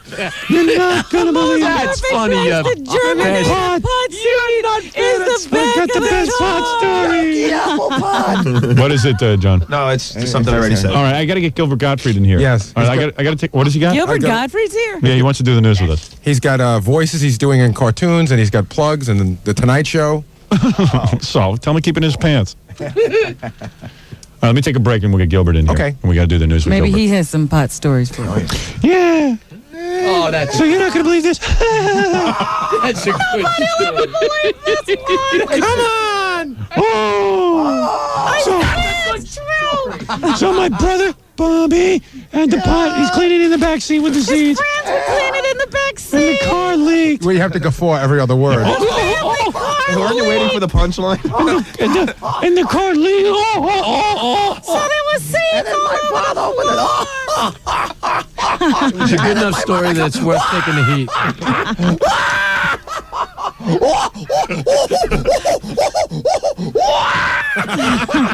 you know the best place to germinate the seeds? All right, let's take a break, and we'll be back right after these words with Gilbert Gottfried. Jackie's new CD out, live at the Philadelphia Funny Bone. 1-800-323-5464, $10 plus $3 shipping and handling. Saturday night, he'll be over at the Club in April 16th in Sayreville, New Jersey. For information, call 516-922-WINE. Hey, hi, Gil. Hi. Gilly? Hi, Gilly. Hi, Howie. Glad you shaved for today's show. Looking really nice. Yes. Yeah. It's a shame I don't even drink. Wonder what age Gilbert started shaving. I bet it happened real late. Because he still doesn't know how. Yeah, right. That's 3 weeks growth. Yeah. Hasn't been out of his apartment in a long time. Only comes out for plugs. Plugs and gigs. I haven't seen you in a while. Yeah. Cool. Yeah, man. What have you been up to? What do you do? Seriously, do you like go out? Oh, terrible. Do you ever go to clubs and stuff and hang out? No. Gary used to see him at some parties and stuff. Yeah, he sometimes goes to like free parties. Yeah. Well, he's been pretty depressed ever since Bill Hicks died. Yeah. And Larry Ambrose got in trouble. Got in trouble. Yeah.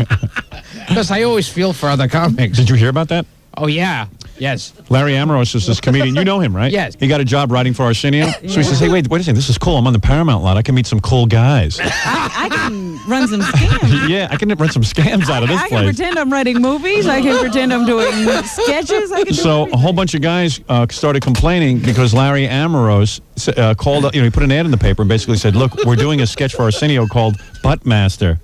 And, Which I could really picture them doing. Yeah, right. Like that would really happen. And all these actors showed up, and we know all actors are desperate, so they basically all pull down their pants. They would do anything. Because there's always nudity on the Arsenio Yeah, right. show. And Larry Ambrose said, well, look, we have to measure your buttocks and make sure it's flat for the sketch because he wants flat buttocks. So anyway, it's a camera thing. He started measuring them and stuff, and now all the actors are suing because they say they feel very stupid. How do you get money With good for reason. How do you get money for being stupid? Either you be my producer or you get measured by Larry Ambrose. Someone measured my ass. I feel stupid. Yeah. Yeah. It was for the Arsenio show. How many times have you seen on the Arsenio show, like, people's naked buttocks? Yeah. It's a bunch of naked guys bending over on the Arsenio. So now 15 more guys have come forward after hearing about it on our show. They heard you could That's sue. why this show does a good service. That's why this show is great. That's why society's so great. Like, as soon as people hear about it, they want to sue. Yeah. Oh, other guys are suing? We'll sue, too. It's great. Everyone has a suit. Yeah, I pulled out my pants, too, and bent over. Oh, yeah. I think I was measured by Larry Ambrose also, Robin. I remember totally tape slipped my measure. mind. Yeah. Didn't it happen to you, Gilbert? Oh, yeah. Oh, yeah. I forgot all about it. Remember that time you need to be measured for that? Can't say that. Can't say that. Okay. All right. On my ass. Can you Somebody say shoved yes? a ruler on your ass. On my ass. Okay, good. That's fine. It's just like one word. Right. So anyway, so the point is... Well, I said I was an accountant. I had to show my ass. Now a lot of guys are coming forward and saying that their genitals were measured. Well, yeah, but that was for a different thing. That was for Yeah. a movie. Yeah, that Larry was working on out of Paramount. So evidently he's in trouble. Gee, I wonder why. Yeah. You know that guy? Did you ever work with him? Like, did you ever appear for Oh, something? yeah. You never had a problem. Yeah, never made it past. Isn't it amazing, like Gilbert? Like the most degrading thing in the world. Here's a guy who's just taking strangers off the street and measuring their buttocks so he can see their ass. Yeah. And Gilbert, all those years working with Larry Ambrose, Gets off scot-free. never once. Never even tried to hold my hand. Do you have this feeling like, what's wrong with me? Yeah. What's Larry Ambrose look like? I don't think I've ever seen him. Probably he's built probably like me. Oh, really? Gilbert got the idea to put some ads in the newspaper. Yes, I'm making a movie. Can you imagine, like, Larry Ambrose walks over to you and says, listen, we need to see you around, so here's a magazine and tissues. Yeah. Wouldn't you be a little bit suspicious? Well, the tissues are in case you start crying because you're so happy you got the job. Robin, let's take a break and do the rest of the news as if there really is anything else that's important. Besides the Zamros. All right. We'll be back right after this. By the way, April 6th, that's where you can see Gilbert Gottfried. You can also hear him as the voice of the Beetle in the feature film Thumbelina. He's getting a lot of that cartoon work. Yeah. Nobody wants to see Gilbert. Yeah. They just want to hear his voice. That's why we have him on our radio show, not our television projects. And he'll also soon be heard again as the parrot in Disney's direct-to-video, The Return of Jafar. Jafar. Oh, yeah. Oh, sorry. Arabic. You gotta get this right. April 4th. April 4th, Gilbert... I guess Jay Leno threw him a bone. Is having him on the Tonight Show. Oh, that's nice. Yeah. So Clinton was in the news today. Yeah. Hey, he's into the politics, Jay Leno. Yeah. Now. Yeah. So Clinton was in the news today. How about this health policy? Well, it's health policy. What is this? He's changing the whole policy. And how about his wife? How's that? Where did she come from, huh? Yeah, I love political monologues. Yeah. Hey, how about this Lorena Bobbitt, huh? What is she, nuts or something? I don't know. Crazy. I guess it's tough doing that day in and day out. What are you going to do? What are Gotta you gonna take do? the news. Hey, this Amy Fraser was back in the papers. So you were going on the Tonight Show. Do you know who you're going to be on with yet? No. Do you have to go through a whole pre-interview? Are you going to do stand-up or are you going to sit down on the couch? I have no idea. I think on the couch. He acts so nonchalant, Gilbert. Like he doesn't. He's sitting He there knows. worried about it. Yeah. I'm there like typing it out. I better do good. I'll never get any more gigs. What stories shall I tell? Yeah. I got to have good stories if I'm doing couch. Yeah. Do you have to prepare your stories? So Jay will know what you're going to talk about. Like on Letterman, you have to prepare your stories. Yes. So Dave will know what to ask you. Dave will lead, you will follow. Right. When you come out, when what do you Dave want Dave asks to this. Dave will say. Well, he can ask me about my movie. Well, that's not funny. What do you want him to say? What do you want him to Well, say? when you say that, what's Dave going to say? Okay, so he'll ask you about your movie, and what are you going to answer? Well, I don't know. Well, It depends on what he asked me about it. But what is Dave going to do? But do you have something funny to say about Thumbelina? the Beatle voice. Did you? Was there anything funny happening when you were making it? Like any funny anecdotes? Yeah, sure. And I don't mind telling to you over the phone. Yeah. That's a funny kind of way to deliver all my stuff. And then you say a joke and it's, that's funny. That's very funny. That's good. That's Dave good. wants to do a sit down with you, but he's got to know what to ask you. Now give me like 10 things, but Dave will get to 4 of the good ones. Okay.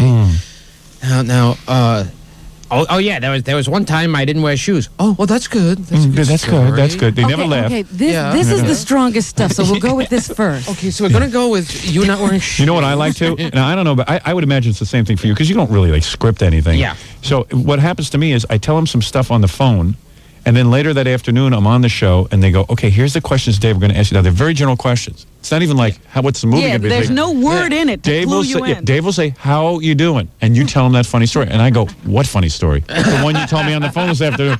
I go, what did I tell you? I don't even know. The story about running for governor. Oh, you want me to talk about that? Yeah, but what you said. Why wouldn't Dave say that? Why doesn't Dave just say, how is this you running for governor? Oh, no, we don't do it like that. And then it gets like all confusing. By the time I get out there, I don't remember one thing I'm supposed to talk about. And then it's so planned out. You're waiting for him to say, tell me about your movie. And he says, tell me about your new movie. And you're totally You're not sure which movie. Wait. What answer do I get to this one? Yeah, it's weird. But Leno doesn't seem... I know with Leno, they've demanded pre-interview, and I just avoid them. Yeah. And I won't do it. Really? You never pre-interview with him? Never. So you want to talk about your radio show? Hey, Howard, I know you avoided us on this pre-interview. He flops himself down on the couch. But, it just helps me with things you want to talk about. I said, Jay, don't worry about it. I'll bring up what I want to talk about. Just go along with me. Okay, but, it'd be a lot more helpful. I'm just trying to be helpful to you. Yeah, Just to make you look good. Don't be so friggin' helpful, okay? Yeah. You be helpful for yourself. I want to make sure, anything you want to talk about, we get to. Yeah, right. Yeah, sure. Yeah. But Letterman doesn't let you off the hook because he knows he's got the hot show. So it's like he can bust your balls so you do the pre-interview. What's funny is probably going on Conan O'Brien, you say, look, not only am I not doing a pre-interview, but I don't want Conan sitting next to me. Yeah. I don't want him destroying my image.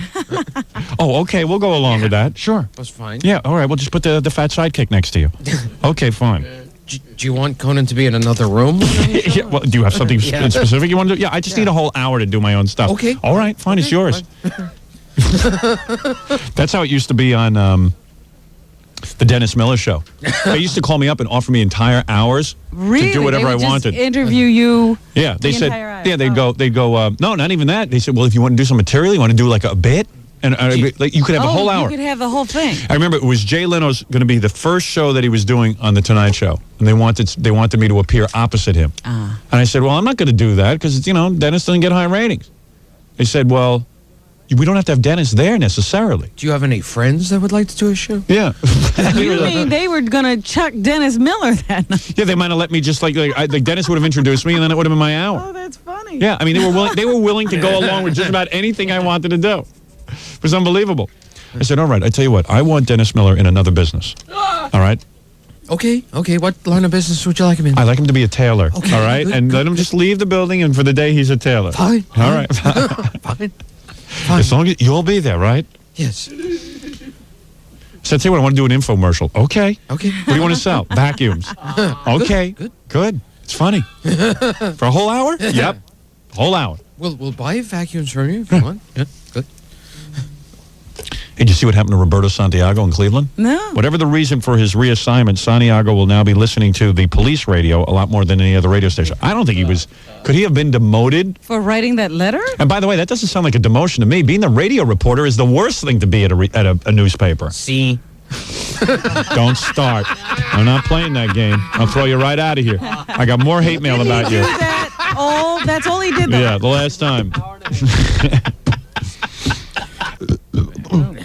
Excuse me, Gilbert. Yes, that's okay. Sorry. Yes, that's fine. Yeah, that was wet. That was. It was a gurgling one. Somebody got a chunk. Yeah.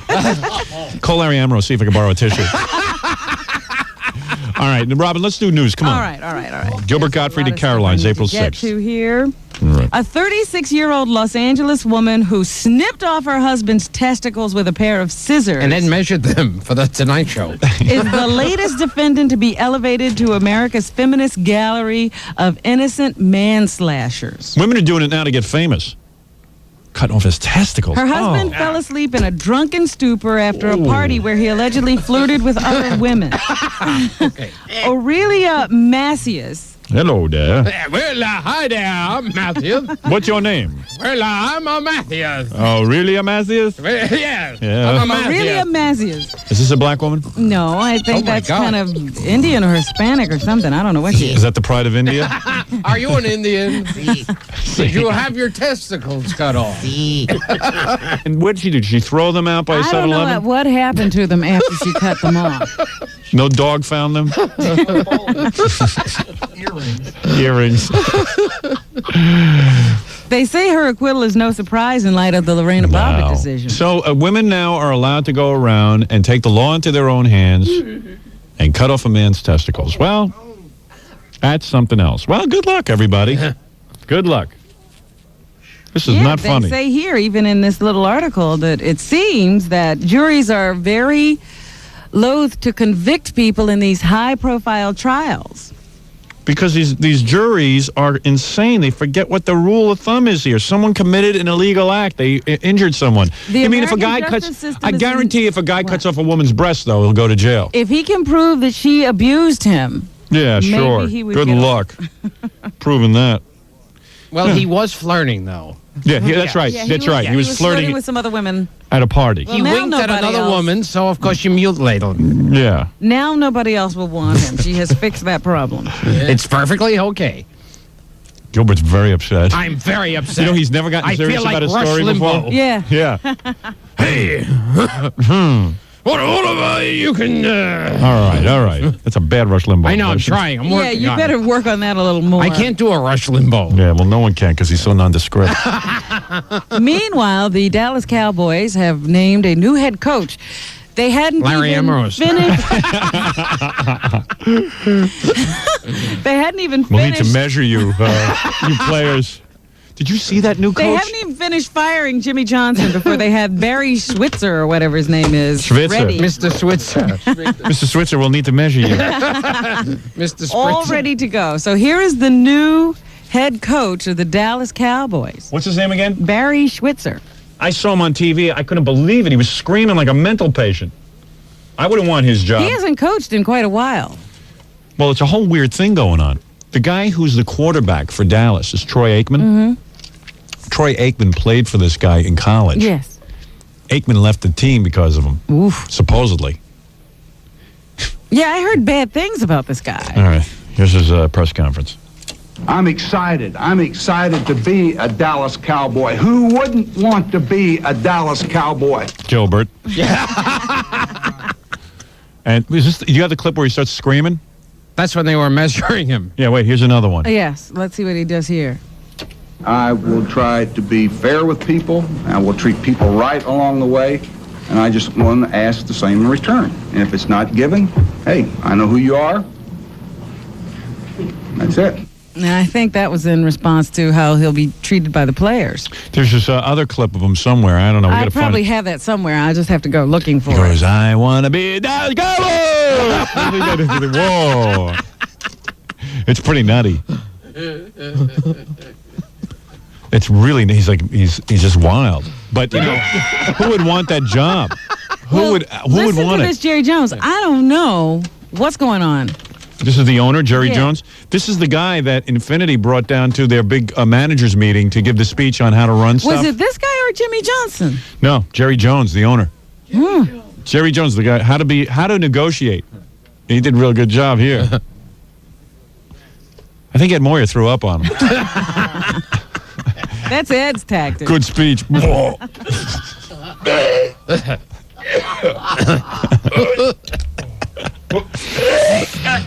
Ed Moyer's our sales manager. He like moons, he gets drunk and vomits. Very fun guy. Yeah, fun guy. He actually is. Pleased to meet you, Mr. Jones. All right, here is Jerry Jones. So he came down and gave a speech to like guys like Tom Chiusano. Okay. Because Tom needs to learn. They have to fill up Tom's head with information. Here's Tom. This is the guy who spoke, right? The robot. And Ed, in defend Ed has never vomited. Oh, really? He refuses to let go of any alcohol that he might imbibe. Really?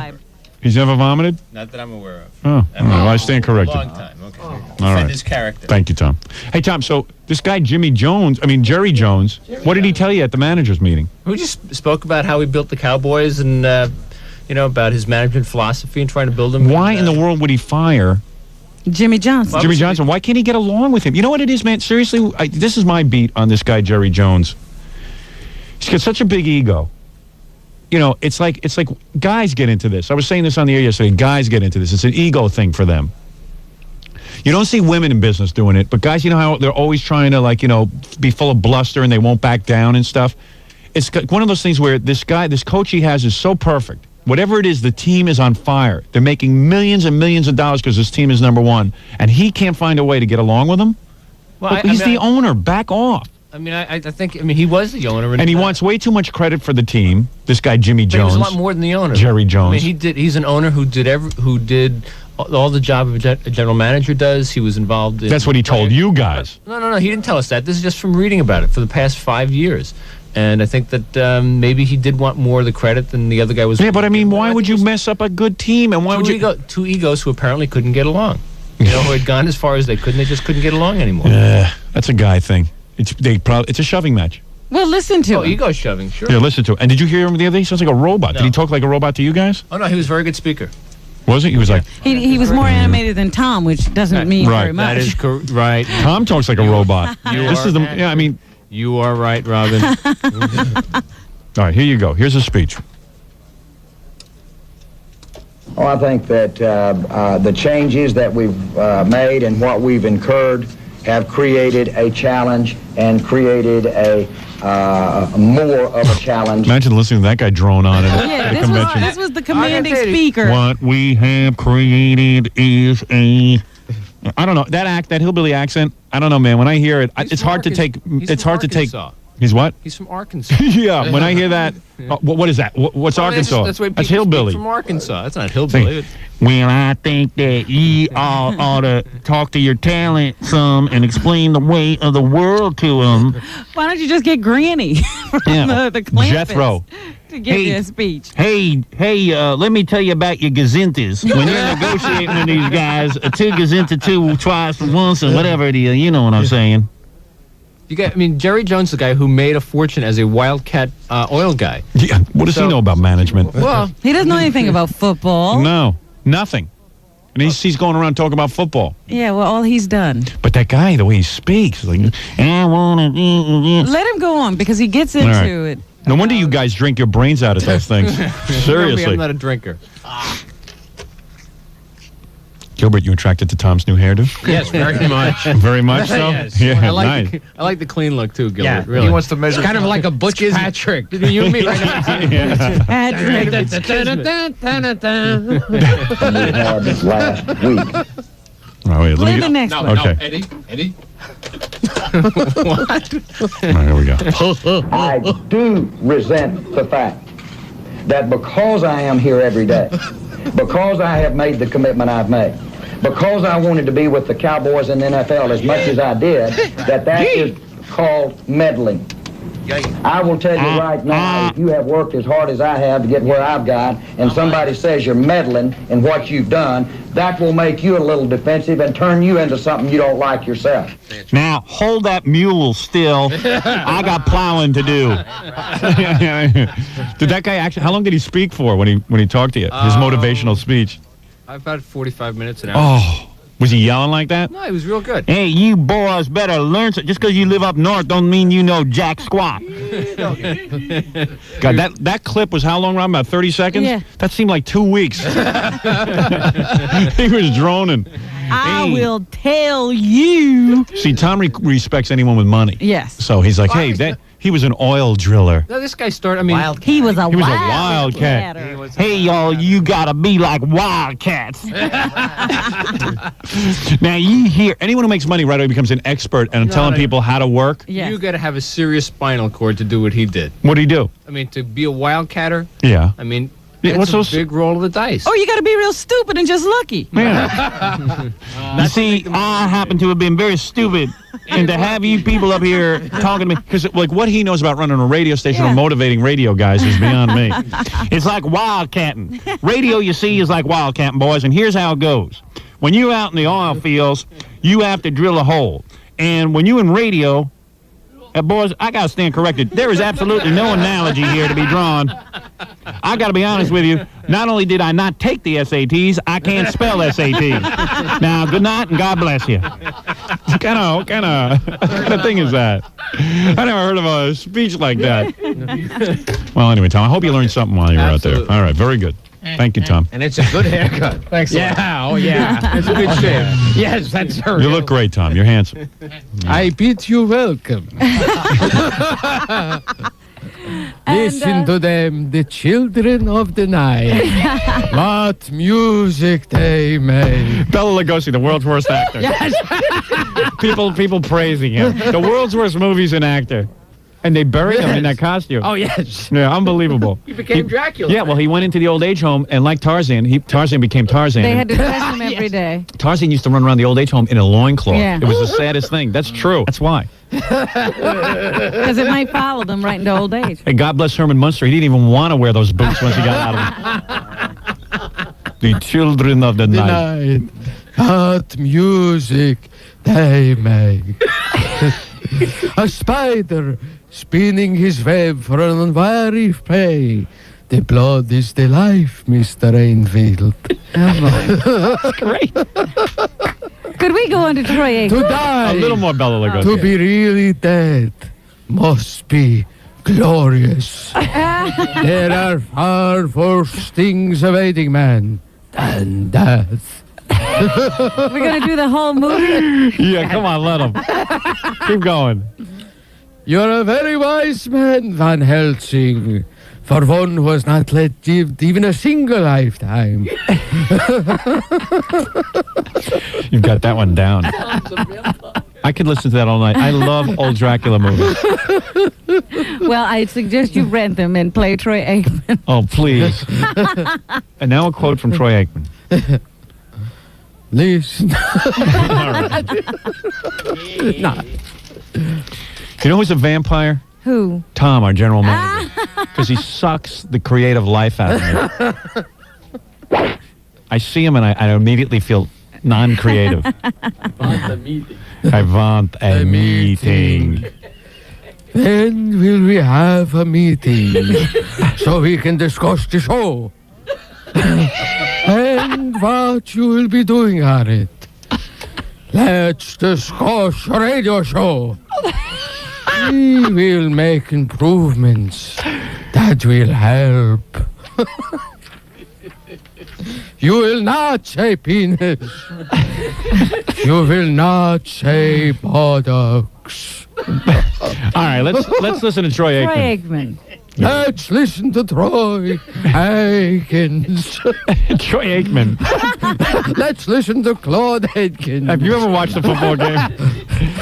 You like football? Yes, I love the American football. There is going to be a period of transition here. I think there is going to be a little bit of uncertainty. A little bit. Compared to where it would have been had Jimmy have stayed. But all things considered, and considering the fact that Jimmy is no longer here, I think that the hiring of Barry Switzer makes things makes the transition as smoothly as could possibly be expected. Hello? Switzer. What is the law? Not to spill blood. That is the law. I'm going to put Gilbert in a vampire movie. Yeah, what in the world is he talking about now? I don't even know The that. House of Pain. I remember the House of Pain. Yes. Not men, not beast, things.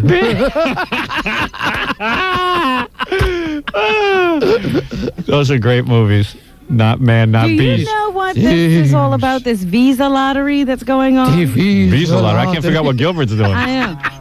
The Visa lottery. They will be taking applications from June 1st to June 30th. In the House of Pain, I met Larry Amaro. Oh, yeah, I bet you did. All right, now wait a second, Robin. Go ahead. This is Yeah. serious. All right, go on. Come on, Gilbert. Now it's time to move along. The State Department is running a visa lottery where people can go and apply, and a certain number of people will be picked and automatically get green cards. Yeah, that's a great idea. Let me tell you something. You know, years ago, we used to get immigrants that were so... They used to contribute. You got some great immigrants. We are now packed this country. And we get... Yeah, now we get immigrants from God knows where. And now they're all going to have a big lottery. And you know the nudniks who are non-productive will have time to enter their names in the lottery. Sure. But there's only one entry per person. They won't cheat. No, they won't find a way around that. I've already voted 9 times in the Prodigy poll, me running for governor. By the way, in the Prodigy poll, an update? Yes. New York State voters only, 51% of the vote goes to me for governor. I know. Oh, you knew that? They also say that you're getting a great vote total in Washington, D.C. That's right. And those people are allowed to vote in the New York State primary. No, they're not. they're I not? just wanted you to know that people who take politics seriously I'm sure you've heard this are already, voting. but in Oyster Bay, where I live, I didn't see this myself, but people are telling me people in storefronts are putting up big signs in their store windows, Howard Stern for governor. Do you know Absolutely. about that? People are excited about it. No, I'm absolutely serious. All right, take it easy. All right, go ahead, Rob. 55,000 of these visas will be given away. 55. 55. The selections will be made randomly by computer. And these people will be awarded permanent resident visas. Dracula. Beginning in October. Yes. What do you think of what Robin is saying? Well, it reminds me of my broken down battlement in the Carfax Abbey. You never knew a fellow like us he was saying. So, Robin, when does this lottery begin? When are we going to get these new citizens? In I June. pick 3, 5, 6. What is wrong with us saying? What is wrong with us saying? Let's pick the best. Well, they do have some requirements. You What have are to they? have a high school education or its equivalent. You have to have worked for 2 of the last 5 years in a job that requires 2 years of training or experience. And you have to have measured men's buttocks on the Arsenio Hall. And you have to call a number. Oh, good. That'll weed some people out. It reminds me of a buttocks I saw on the Arsenio show. It was not flat enough. All right, we're going to take a break. What else is in the news, Robin? Well, of Dracula. course, they have made some arrests out in Los Angeles. 2 gang members Good. have been arrested and charged with robbery and murder in connection with the killing over the weekend of those 2 Japanese students who were here.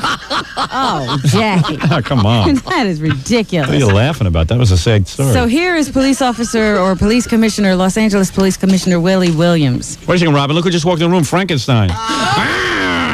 And Dracula. Oh, back! Negroes are more frightening than werewolves. These were Hispanic gang members. Thank you for the stereotype. Go on and play L.A. Police Commissioner Willie Williams. Believe it or not, people were killed and it was not Negroes responsible. Oh, you. All right, Dracula. I didn't know Dracula was a member of the Ku Klux Klan. All right, here we go. Willie Williams. Willie Williams. Really low there. As of right now, it was a robbery. The young men were not targeted because of their ethnicity, the fact that they were students, or the fact that they were visitors.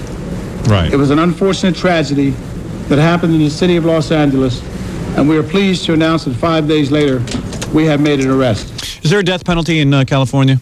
Yes. Well, boy, oh boy. We were pleased to announce they were not Negroes. Oh, we were surprised as anyone. But a crime was committed, and a Negro is not responsible. let him go on. We'll be checking into this. They really should say that because everyone right away assumes it's a black guy who might have committed the crime. Only certain people. Well, certain people like Gilbert. They should make an announcement. First of all, we want to say at the press conference, They were not black. black people were not involved. If Gilbert's listening, black people are not involved. Yeah, right. We'd like to make the announcement now. There was no black involvement. Now pinch me. I'm dreaming. All right, now where were we? I'm being serious. Willie Williams is something Willie else to Williams. say. All right, here we go. Willie Williams. He has a message for Gilbert. I have a message for his mother. What was on your mind when you named him Willie Williams? William. The city of Los Angeles is still a great city. Oh. It's a wonderful place to live. Yeah. Between the Wonderful riots, place to work. the earthquakes. It is not the most violent city in America. It is not the most violent city in the world. That would be New York. It has crime like other major cities. But we welcome our visitors. The LAPD is dedicated to protecting all of its citizens and all of its visitors. Come to L.A. and you'll be killed by people other than Negroes. There's a variety of people who will kill you. Yes. We have people of all It's a melting pot. It's a rainbow coalition of people who will kill you. Indians will kill you too. Yeah. Just come to L.A. Well, let me tell you something. I feel bad for the families of the Japanese people. Yes. Well, it's a sad fact in America today that it is You open can't do warfare. anything. Can't do anything. We have a generation on our hands that were raised by no one. They were raised like packs of wolves, and they are out there hunting and preying, feeding. They're feeding on us. It's like Dracula is back. The children Listen of the to night. them, the children of the night. Listen, let me tell you something. That's truer than you know, Dracula. Not far from The children of the night. They're out Oh. there, and they are children. They have the minds of 3 years old. And I'll tell you something, What? Pearl Harbor or not, that's a terrible story. When a Japanese student comes over here and can't even, hey, I mean it. I'm a little... Pearl Harbor notwithstanding. Pearl Harbor notwithstanding, the fact that a lot of our good men and women, Robin, The Japs killed them. the Japs killed everyone. It's still a terrible story. You're right. Because, let me tell you something, forget about those days. We're all friends now. It's the worst thing since Godzilla. Right. It really is terrible. No one can walk around anymore. Right, Dracula? Oh, no one can walk around anymore. Stay in your room and keep the door locked. Thank you. That's a public service announcement from Dracula. Oh, Chuck and Wilbur. We gotta find McDougal's house of horrors. That's when Dracula got bad. Yes. Abbott and Costello started meeting him. thought he had slipped into Yeah, that he wasn't quite so serious. I'm telling you, the candle moved. It was. What do you mean? You're trying to tell me the candle moved? Yeah, it was so fun and it moved. In California, they have gone to a system. They have finally announced and decided that they will go to a system of fingerprinting welfare recipients. So they'll finger them? No, fingerprint. Now, we'll get on the Arsenio show after you finger me, won't you? Here is Jennifer Nelson. Who's she, Robin? She's an official for the government of California. What's she wearing? What are you wearing, Jennifer Nelson? I'm just wearing a dress. It's a simple, fast way to make sure that people aren't getting duplicate aid payments, which, especially at a time when we've got limited resources, protects the taxpayers' dollars for those who truly are in need of aid. Yes, because you know they are having great troubles out in California making budgets because of all of the all the immigration Mexicans. and so forth. The Mexicans. So they have gone to take some measures to try to prevent welfare fraud. And some people are saying, well, there's, not that much welfare fraud. How come you're fingerprinting us? Well, this is what Jennifer has to say to that. Yeah, they don't want to be fingerprinted now. If you look at even a 4% welfare fraud rate in our AFTC It's program, too high. that would total as high as $750 million. So even if it's a small, 4% problem, which some would call small, when you're talking nearly $1 billion of state taxpayer dollars, it's something that's worth pursuing. This country has become so politically correct. Everyone's afraid to say what's going on. Mexicans are coming into the California area. We now have Mexico. Are you coming into the California area? See. All right. With your sister? What is her name? All right, good. You got it out of your system? Yes. Go back to Dracula. That was funny. All right, listen to me. We've got all the Mexicans coming into California, and no politician is willing to say we have to build a wall around California. They're all afraid to say it. We got to fingerprint it. It would cost us a $500 million to put the wall up, and would save us billions of dollars a year. This is a goof. And now the Mexicans, I don't want to be fingerprinted. You don't want to be fingerprinted? Go back to Mexico. You won't be fingerprinted at all. Get a job. You won't be fingerprinted. I mean, and who can, never mind the welfare. We got to put these kids through school. We got to educate them, teach them English. They don't want to learn English. They want multi-language classroom. It's called bilingual. Whatever. You speak English? What? You speak English? Si. Does your sister speak English? Si. What's her name? Sue. Oh. All right, please, get off it. Let's go on. Bert, what's his name? Reynolds. That toupee frightens me. Get it away from me. Dracula's afraid of Burt Reynolds. Dracula, that's my new movie. Stops Dracula. I got it. Dracula versus Burt Reynolds. Instead of a cross, an animal is eating your head. What a great sketch. Now, there's one I ought to write for Saturday Night Live because they're in desperate need of material. Dracula versus Burt Reynolds. Well, Burt Reynolds, I don't know if he'll be able to do it because he's having some kind of breakdown. Yesterday, he was complaining of chest pains on the set of Evening Shade, his show. Give me rats. So, they rushed him to the hospital. Here's his spokesperson, Scott Jackson. And what's his problem, Burt Reynolds? He finally got rid of that Lonnie Anderson. You'd think he'd be happy. Not having a good time. Couldn't stand her, and then he gets rid of her. Now he's and they say he's upset about the death of Dinah Shore. Everybody is very familiar with the incidents in his life that have upset him, and they create stress. And stress is a killer. I think it accumulates, and this uncomfortableness may be a result of that accumulation. Dracula, let me ask you a question. If Burt Reynolds is upset about the death of Dinah Shore, but is death a terrible thing? To die, to be really dead, must be glorious. There are far worse things awaiting man than death. Well, they're the stresses that they I'm refer telling to. you, she ain't dead. Oh, shut up. Wait a minute. Are you saying that Dinah Shore is still walking around? I saw her come out of her coffin. Now look, we got to return her body to Mr. McDougal. All right, well, let Robin say something. They say the stresses are the death of Dinah Shore, the ending of his marriage to Lonnie, the breakup with his new girlfriend, She was with Pam, Natalie Wood. And he was just mugged. You know, these guys attempted to mug him a week or two ago. So. Yeah, they try to steal his hair. Yeah. Dracula, I hear your movies are more real than his hair. What is it?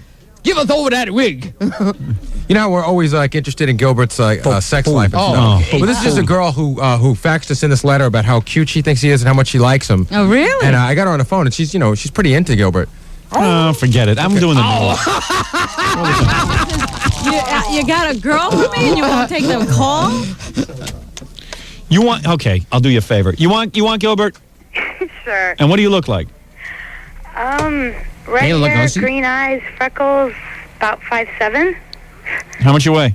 I don't know. I haven't weighed myself lately. Look, do you look like Shoshana Lonstein? That's what he wants. That's what he wants. Do you have a big rack? Do I have what? Big chest. Oh, I knew this would come up, and I knew I'd have to disappoint you there. I had a breast reduction. So what is your cup size? Now? Yeah. About a C. Oh, that's fine. You wear Daisy Dukes? Do you have a really good body? I like it. It's really strong. Do guys hit on you a lot? Yeah. Uh-oh. Hey, Dracula just sat up. All right, listen, what do you want me to do with this, Gilbert? You're not going to sleep with her, right? Would you sleep with Gilbert? No. Oh, you won't? Oh, good. So in other words, Gilbert has no rap. I mean, he doesn't really want to talk to you. He wants to just go to bed with you. Oh, If you're willing to do that, he'll be with you. Yeah, he doesn't want friends. Just lie down. Now. And he wants to have sex. He wants to have sex while he's dressed up as Dracula. Yes. All right, in other words, you're not interested in this, are you, Gilbert? Start howling. To the moon. As Thank you. No, you're not for him. He really likes a girl who just has sex. I know that about you. Am I right? Yes. All right, thank you. Hey. Go on, Robin, please. Let's move on to, where was I? You were just after the story about... Burt Reynolds. Burt Reynolds. Yes, okay. So let's move on to Senator Bob Packwood. He was on the Larry King show last night. And we got to question him about all those allegations of sexual harassment. You still trying to hold on to that job, that senator? Oh, yes, he's not giving up. Whatever it was I did, even if I couldn't remember it, I apologize for it. And I apologize for it again tonight. If I did things I can't remember, didn't know, or to He's a people I senator. didn't know, I'm embarrassed and I apologize. Do you remember the votes you took in the Senate? Yeah, and people don't want me as their governor because I might be goofy. So he also says he can't even remember, there's like 22 to 28 women accusing him of things. Yeah. Listen to this. Doesn't even know how many women are accusing him. These 22 charges against me in the ethics committee, 14 of the women I simply cannot recall. So I've got to take a little bit their word for what they say happened. Sounds like Jackie being a senator.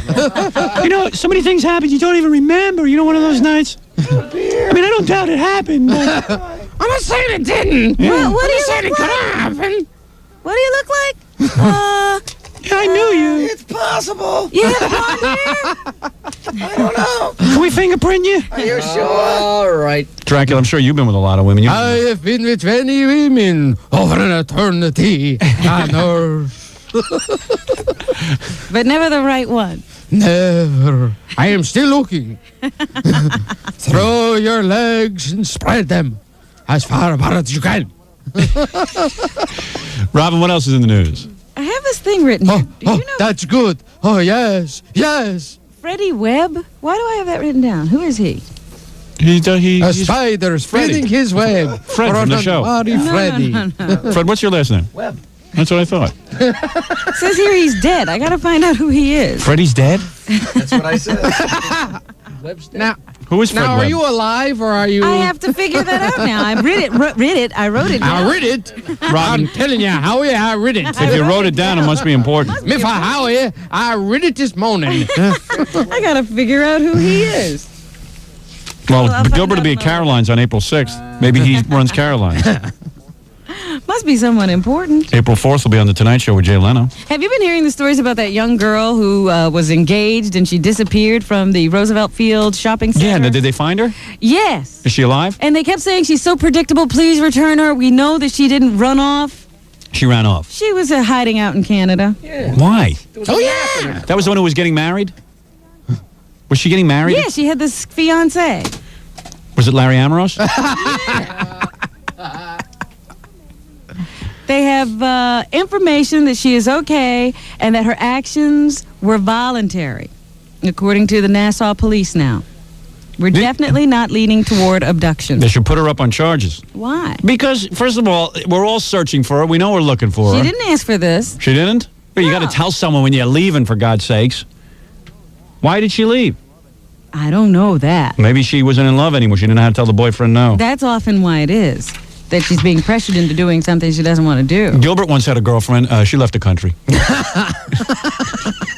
Still running? Yeah. They haven't found her. They didn't have communities on Mars yet. Yeah. Well, it's unbelievable. I bet you a lot of people already bought the stupid gifts. You know what was funny? Her boyfriend, when they called him to tell her that she was all right, What'd he say? he said, wait a minute, let me get this crazy psychic off the other line. Let me what? Let me what? Let me get this crazy psychic off the other line. He was already calling the psychic? Psychic. Let me get Dionne Warwick off the line here. You have to help me. You've called our Psychic Friends Hotline Network. I'm Dionne Warwick's personal psychic. Well, I have to know that you're for real. Are you really a psychic? In addition to Dionne Warwick, I've helped other friends like Gladys Knight. All right, okay. Listen, my wife has been, my fiance has been missing for 2 days, and I want to know, where can I find her? Well, first you'll need to buy every product we have. The Psychic Friends book, Psychic Friends Astrology Globe. The Ouija board. Psychic Friends Ouija board. All right, I'll buy all that. Did you buy the Psychic Friends CD-ROM? Yes, I bought all that. Now tell me where my wife is. I'll need an article of her clothing. Why is that? So you can zone in on the special wavelength? No. We have a dog here sniffs the clothing and finds your girlfriend. All right, listen, I'll do anything. I'm desperate. Please, use your psychic powers to find my girlfriend. Please, I beg of you. All right, I'm using my psychic powers now.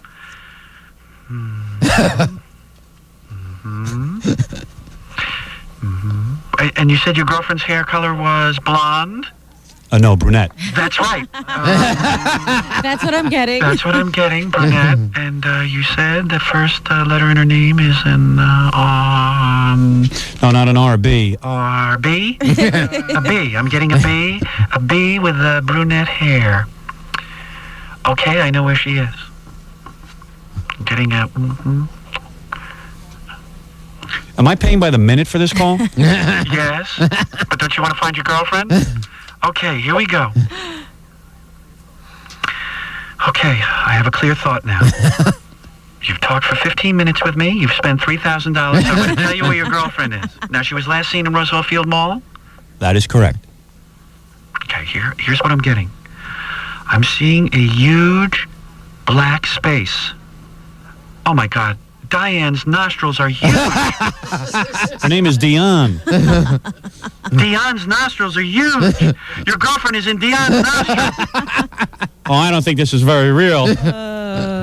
Hold on, my other phone is ringing. It's the cops. They tell me they found her. That's right.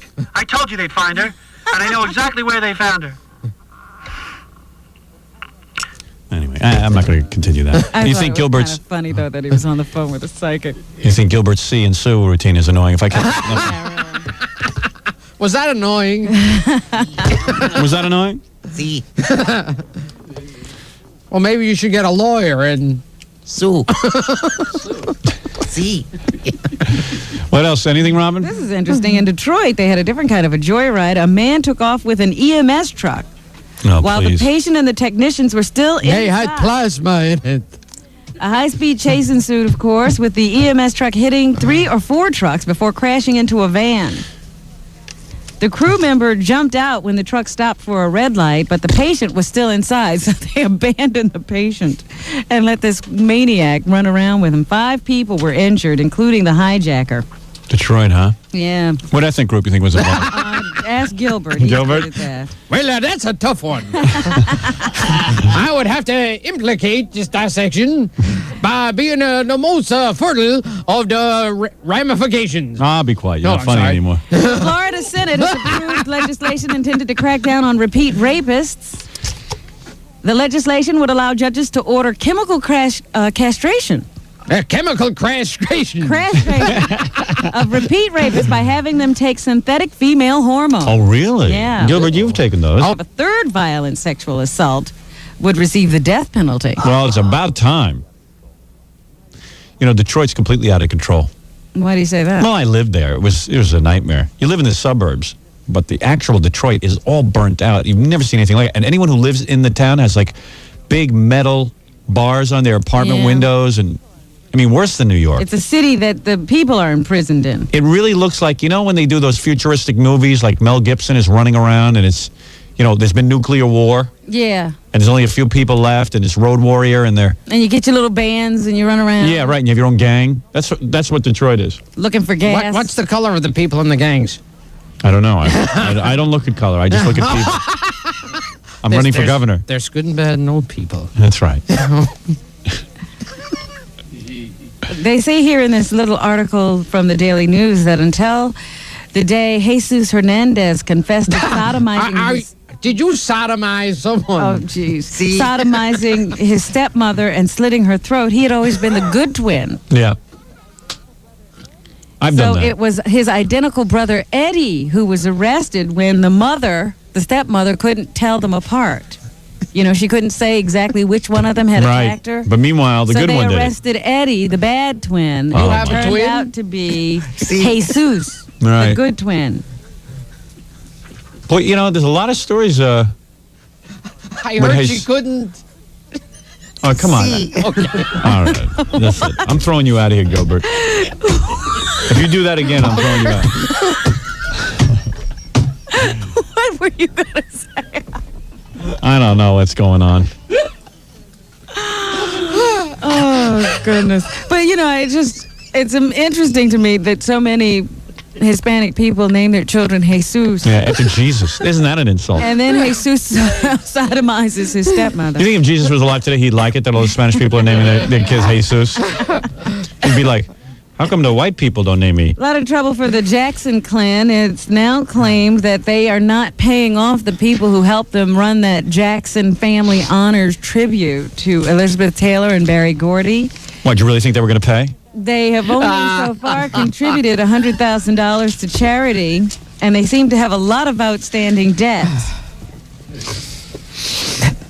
They haven't even paid the producer what they owe him, so he can't pay the technicians he paid to work on the thing. Not only did the show suck, but nobody got paid. Yeah. They say part of the problem was that Jackson was under the cloud of child molestation charges, so they had to start reducing ticket prices. Whoever handled the sale of tickets is also in trouble because people who did shell out $350 for a ticket wound up sitting next to people who paid $50 for the same ticket when they had to slash prices. So those people are asking for their money back. They wound up giving away 3,000 tickets once Michael Jackson said that he wouldn't show up if there wasn't a full house. I'm innocent. I'm really innocent, and here's 15 million. They measured my penis and buttocks in my private area for the Arsenio show. It was the most humiliating thing that's ever happened to me. It was degrading. It was so degrading. They said if they touch my testicles, I'd get a movie. Madonna is going to be on Letterman tonight. That seems to be a big deal, getting a lot of press. Is that right? Yeah. Big deal. Gilbert's going to be on The Tonight Show on the 4th. Nobody writes about that. No. Yeah, now she likes Letterman. I guess because she needs some publicity. Steven Spielberg is making, or producing at least, the new movie version of The Little Rascals. Oh, yeah? Already signed up for cameos are Daryl Hannah. She's going to be Mrs. Crabtree, the teacher. And Magic Johnson is going to be Buckwheat's father. Probably be a college professor. Buckwheat, yeah. Buckwheat will be a bright guy. He'll speak perfect English. Yeah, it won't be funny. Yeah. It'll be politically correct. I don't know how you could do The Little Rascals today. Well, hello, I'm Buckwheat. I do not prefer watermelon. I have to study for my college equivalency. Yeah. And does Buckwheat's father have AIDS in this? Oh, gee. HIV wheat. HIV wheat. Butt wheat.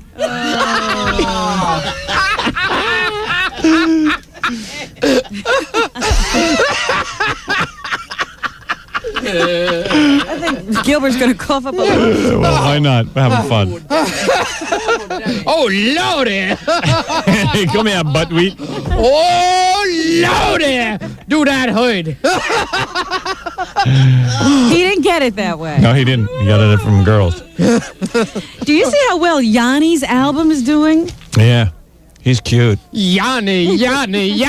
Whoa! That's the guy who plays the new age music? Yeah. And he's got that Linda Evans' Linda girlfriend? Evans is his girlfriend, the Greek guy. Yanni wish he got Linda Evans about 20 years ago. He's in the top 10. Come to me, Linda. Yay, Yanni. That guy really makes me sick, Yanni. Yeah. Give me your money from the Big Valley. Oh, also Albert Goldman, the man who wrote the Elvis biography that we love so much. Yeah. He's dead. You're kidding. What did he die of? He was on a trip from Miami to London and died of a heart attack. We had to write a book about him. Smear him. He was working on a biography of Jim Morrison, so we guess. Well, now he'll get a good interview. That. I heard it was bad Chinese food that killed him. Yeah. We interviewed Albert Goldman. Yeah. He also wrote... a John Lennon book. Yeah. That was really controversial because he really badmouthed John Lennon, but I thought it was a cool book. I enjoyed it. All that weird stuff about Yoko and... Yeah, and the cat drippings and all that stuff. Yeah, it was cool. It's a good book. He always finds interesting stuff. Yeah, and if he doesn't find it, he makes it up. He'd have to make it up with me. They need like a sex portion of the book. I don't think there'd be anything boring about a book about you. Yeah. Mother, please. Gilbert's got some kind of weird relationship with his mother. Really? I don't know. He hardly ever talks about her. And There's blood all over the shower. And he pretends like she doesn't even exist. I met his mother. Did you? Oh, you met his mother? Yeah, when he was in the hospital. That was some family scene. All I know is Gilbert wouldn't ask his mother to do anything for him. He kept asking me to do Yeah, stuff. I don't know why that was. She knew better. Yeah. That was the day the laughter died when Gilbert was in the hospital. Nothing funny going on in that room. Mother, I never told you I loved you. Mother, why, that girl. Oh. Anything else, Robin? And that's what's happening.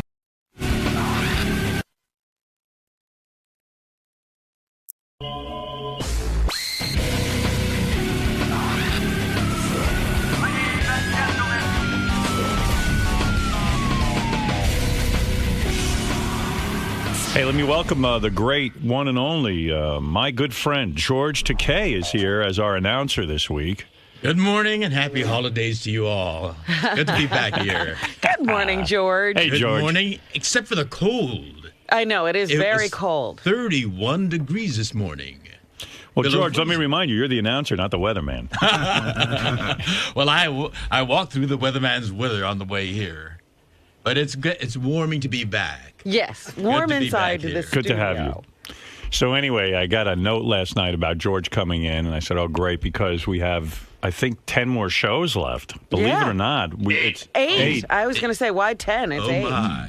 It's this week, And then next next And week. next. And that's it. We're done. There's a little poignance in the air. Right. Yeah. We thought we should have melancholy. you. Thought we should have you in before we leave. Yeah, because If we it do was leave. the 2nd of January, 2006. That you when joined us for the first time? I joined you for the first time. And it's been 5 years now. Wow. So I'm glad I'm back to wind it up with you.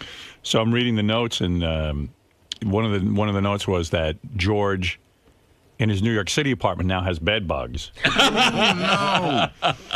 Yes, it's amazing. I mean, we were here last month, and Right. nothing happened. Right. And then this month, I've been eaten alive. Oh, dear. Every morning I wake up with new. I found the way to avert a part of it. Yeah. I'm going to bed with my long underwear on because it's got these knitted cuffs, And Wait a second, George. What? Are you doing anything about the bed bugs? Are you having anybody in to We had the exterminator? exterminated in last Friday. Yeah. And it's still Came in- happening? No, he's coming to do the work on Tuesday morning. Oh. He comes So in you're with sleeping. his dog. So wait a second. So you're sleeping in the bed with the With bed the bed bugs? bugs. With the bed bugs. George. With the bed bugs. Not only that. So I said, listen, do we really want to? This. It's almost. Do like, we want to have George in it? Well, it's like herpes. Yeah, I was. Yeah, like, because I think I got it from some kind of. We go to the theater. You think the theater had the bed bugs? Theater seats. Uh-huh. I think because there's no other way we could have gotten it. Because Well, you we were also here last month. but you travel a lot. Well, we and do. they pick them up in your suitcases. If you go to you stay in hotels a lot, right?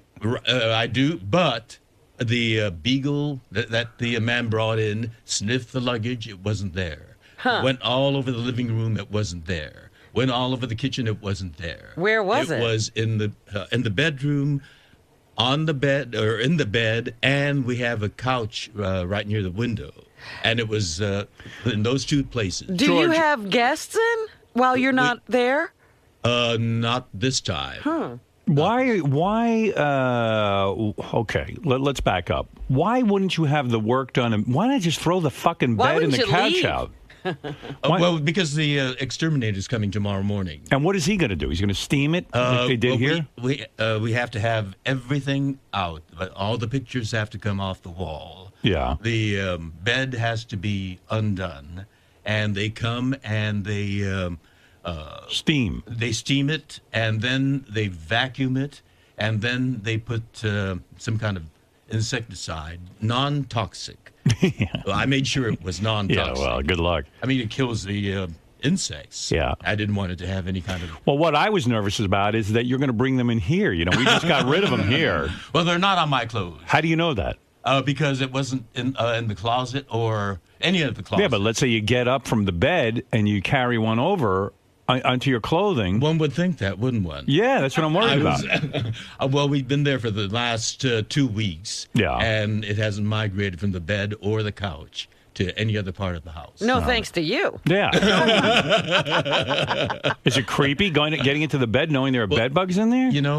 It's psychological, I think, because I go to bed with the long johns on. Yeah. But I still feel now Itchy. things creeping all over my body. Of course. And I'm always going like this to I don't rub it know. off. When is the guy coming to fix this? Tomorrow morning. Yeah, I mean, like, why wouldn't you have him there today? I wanted him right away. Right. But he says he's backed up. Then get another fucking company. I mean, why are you waiting? Well, they're supposed to be the best. Oh, yeah. And I don't want to go through that again. Right. So here we are. Well, if you don't know how they got in there, though, We still don't know. how long does it last when they go in there and do whatever they do? Well, he said there's a guarantee of 6 months Okay. to 9 months maximum. And if it's clean up to that point, then he, most likely would have succeeded. So they if go not, in. they'll come in again, and we got to pay them again. Right. So they're gonna come with a dog and then have the dog smell everything, and then if the dog doesn't react, then you're in the clear. Right. All right. It's a bed. And the other strange thing is, I'm the one that's being eaten alive. Brad's in not. the same bed, and he doesn't get He'll get thing it. happening to him. He'll get bitten. 2 weeks. Really? I've been living with it for 2 weeks, and Brad hasn't had a 2 weeks you're living with it. 2 weeks. Why 2 weeks? I mean, get someone in there to take care of the. They couldn't come. But wouldn't Wow. you leave, Howard? Would you be eaten every night? There's no way. I mean, I would go sleep on the couch that doesn't have the bed bugs. I'm made of Stern stuff. Howard Well, Stern. you know what it is? We almost told you not to come in because we feel you're going to carry the bugs in here. No. Don't say we, Howard. Well, It's not in any other part of the. Not in any other part of the apartment. Will even wrote me a note and said, "Do you still want George in here?" I go, "Yeah, I guess." Will knows you.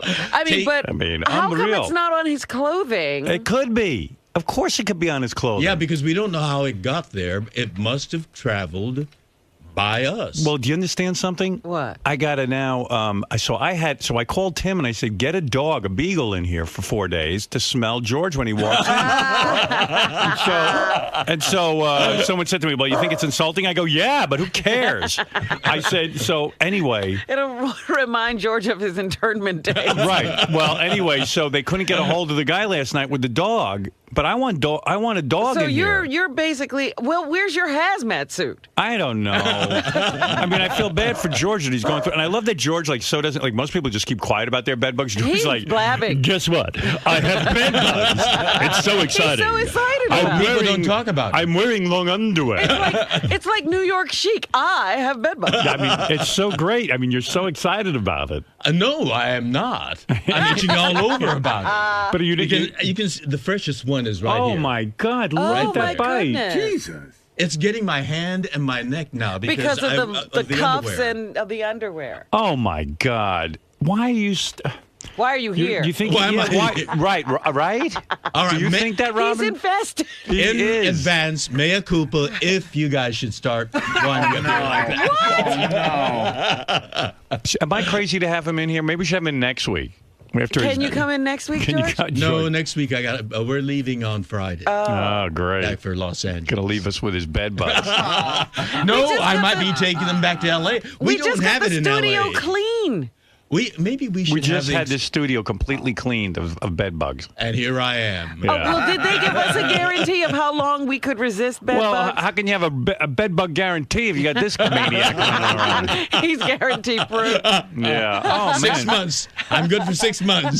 Zoe, hi. Howard, I love George to death, but please, you got to get rid of him, and then you have to fumigate immediately, okay? Do you think you're going to get bed bugs? Howard, you know you're going to be scratching and itching later. During the show, you're going to be doing it. I know. Because I'm telling you, I had a friend that had bed bugs in New York, and he went and visited his friends in Florida. Yeah. Now they got bed bugs in Florida.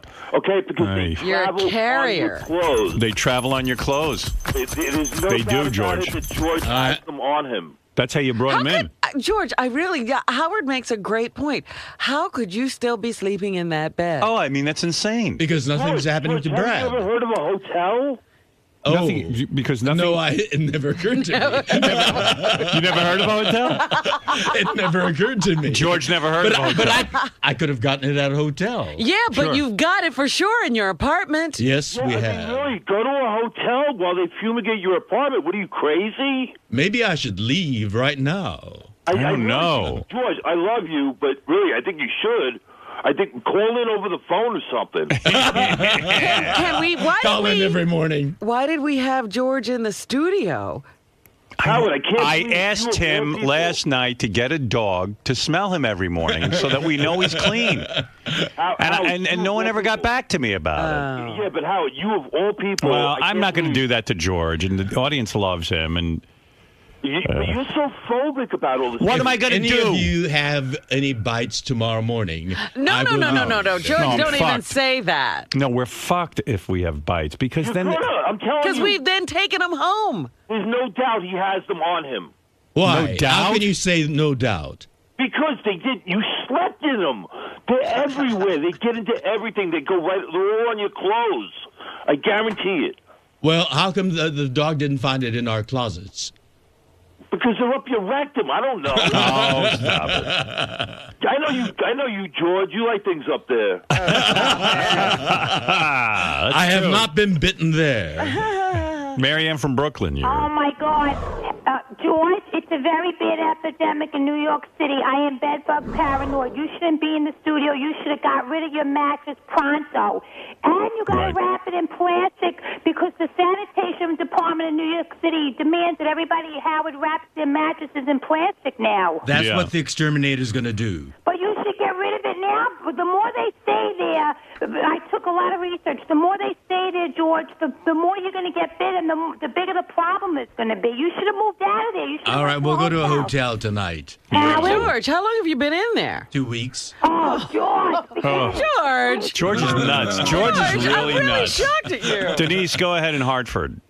Okay, so, George, I love you, but you're going to steal my last 8 shows because if there are bed bugs in the studio, can't find Howard's hazmat suit, and, I can't even record shows. You're going to steal my last 8 shows. George, I love you, but you got to get out of the studio. I'll phone it in. George could be actually sitting here, transplanting one on our chair. Exactly. Even as we speak. I think I can assure you I'm not doing that because my clothes are clean. We put it through the dryer. You know, the heat apparently is what kills him. Right. So I know, George, but you don't know you guys didn't get the dog, the beagle, or we whatever did get it. was. No, we came don't Friday. have one. We should. Gary, why couldn't I get a beagle in here? Are we that fucking lame that we can't get something done last minute? You know, I called Tim last night at when we spoke, probably 7 o'clock, and I just never heard back. Ah, fuck. It all hinged on Tim, I guess. He's the one who knew where the dogs were. Yeah, I know. Well, you didn't text him? I spoke to him. Oh, you did? And what did he say? I called him right after you and I spoke. I sent an email, but then I called him, and he goes, "Okay, let me work on this." And I go, "Tim, no matter what, let me know." And I just hadn't heard back. Howard, just to give everybody a sense of security, you want me to leave and call in from the apartment? Oh, no. I'm going to You're take here. a chance. If you're going to infest us, you already did it. I already did it. You've been sitting in the green room fait rolling all accompli. over everything.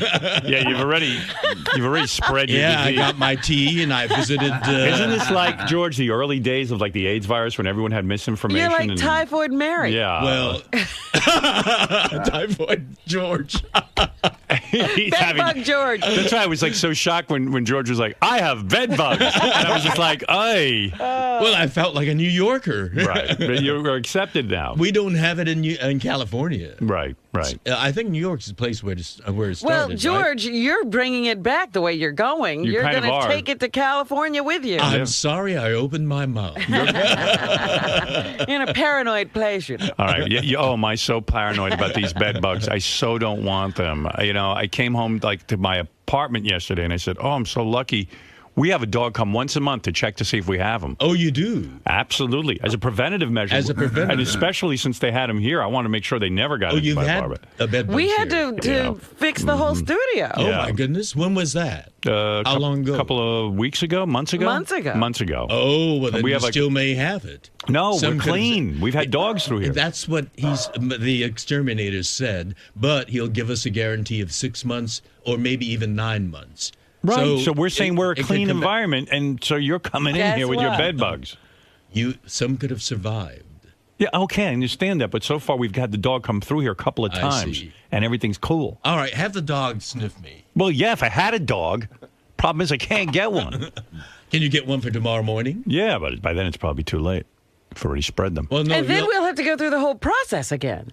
What did you do when Benji, sniff George. What do you smell?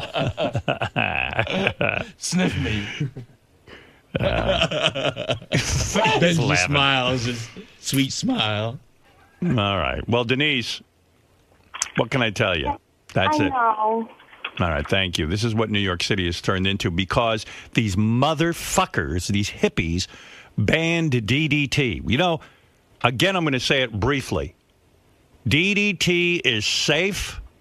It was a miracle. The people of Africa who are being attacked by malaria, forget about George and his bed bugs and a few bites. Talk about death, infants dying. When we had DDT, the malaria was gone, almost wiped out. And here, you would never find a bed bug.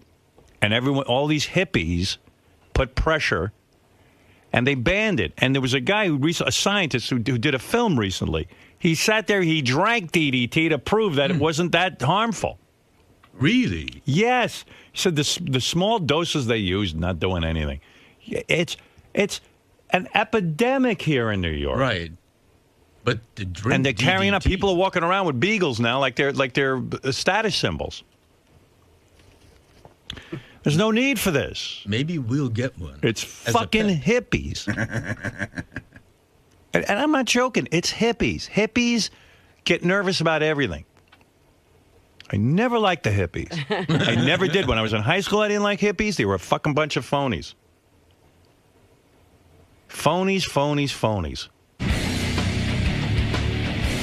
George. Yes. Are you concerned you might be spreading the bed bugs around the You know, halls here? it hadn't occurred to me until I walked in here, but yes, I mean, that's a possibility. I mean, I'm not denying that it's a very, very minor possibility, but I would like to avoid spreading it.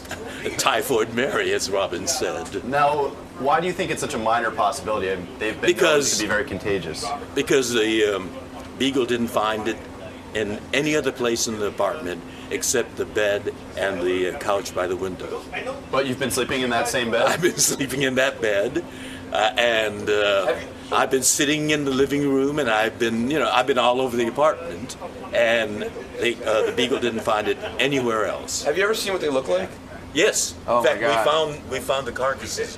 Oh, you've actually seen them? Oh, yeah, okay. they're kind of dark orange, brownish orange, and very tiny. Benji, are you concerned? You sit right now. You're the closest man to George. It's concerning because you've confirmed it. But the amount of people we have come in and out here, there's no doubt. There's everywhere we sit in New York, unfortunately. Yeah. Is like it's potentially.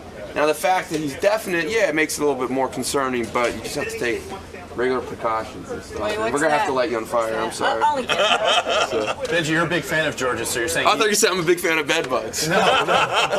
So he's worth the risk, having him here. Well, what I'm saying is we should take whatever the standard precautions are. Right. So. It's a good journalist We're not going to make out today. So. George, can I see that? No one wants to hug me. George, can I see that bite? I do from afar. From afar. From afar. I've got. These are old. This is old. This is new. That's what it looks like. And it itches like crazy. Well, this one does. These used to. And the horrible thing. I know it's psychological, but I feel things creepy crawly when I'm in bed. All over my body, and I'm always going like this to So it wipe affects it you in off. many ways, this terrible It's up problem. here. Okay, well, don't touch anything, and good luck today. My pleasure. I love you.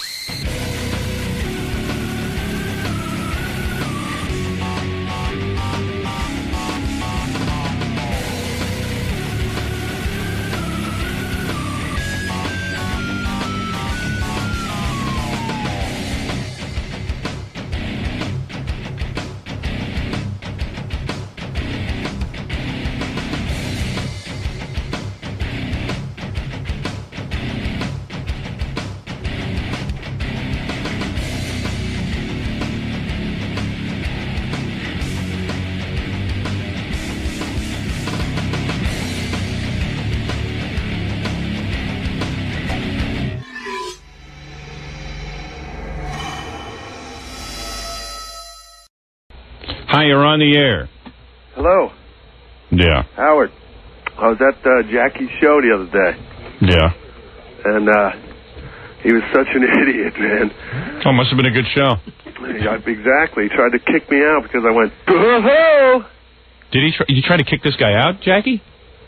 There was no way to kick him out. There was no bouncer. If this is the guy, he did that like after every joke for like an hour and a half. No, it wasn't me, though, every joke. Gets old. Whoa! Ho-ho! Well, Jackie does it after every laugh. After every joke. What do you care what people do in the audience? Let them do it. You're there making money. Who cares? Let the guy go there and So laugh. what'd you do to this guy? Hey, Jackie, how'd you get rid of him? I didn't do anything. No, he didn't get rid of me. I just He was every threatening to. 15 minutes or so, I'd say, would you please stop doing that? It's driving everybody crazy. That had to be funny, too. No, it wasn't. Everybody loved it. Guys who do that always think... Yeah, they always think that it's the greatest thing. Oh! Oh, he's got that one, too. I always thought that was kind of funny to go to Jackie's show and do that. Exactly. I thought he'd goof around with it, but he didn't like it at all. He doesn't have much of a sense of humor about himself. No, I had a great sense of humor about it the first 10 or 15 or 20 times.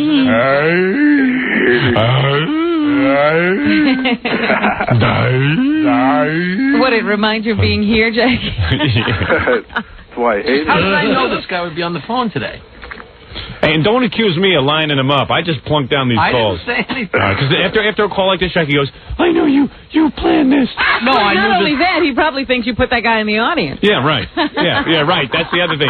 I'll never forget when we did our Channel 9 show, Jackie, we did a roast of me, and, it was a good show, and everyone got up and did a little something funny. Gary, Fred, Robin, me, everyone went up and did something funny. Jackie went up, and it wasn't a great night for Jackie. Jackie wrote his own stuff.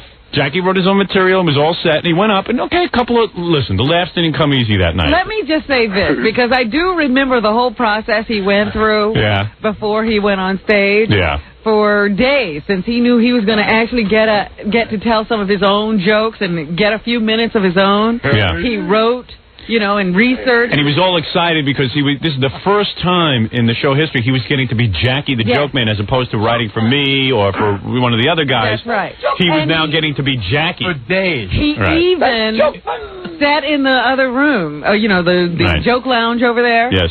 And had a little tape recorder, and he would say the jokes into the tape recorder. Right. So he could test himself, to rehearse and practice, and then he'd play it back and get his timing down. So he really worked on it. Jesse 1 2.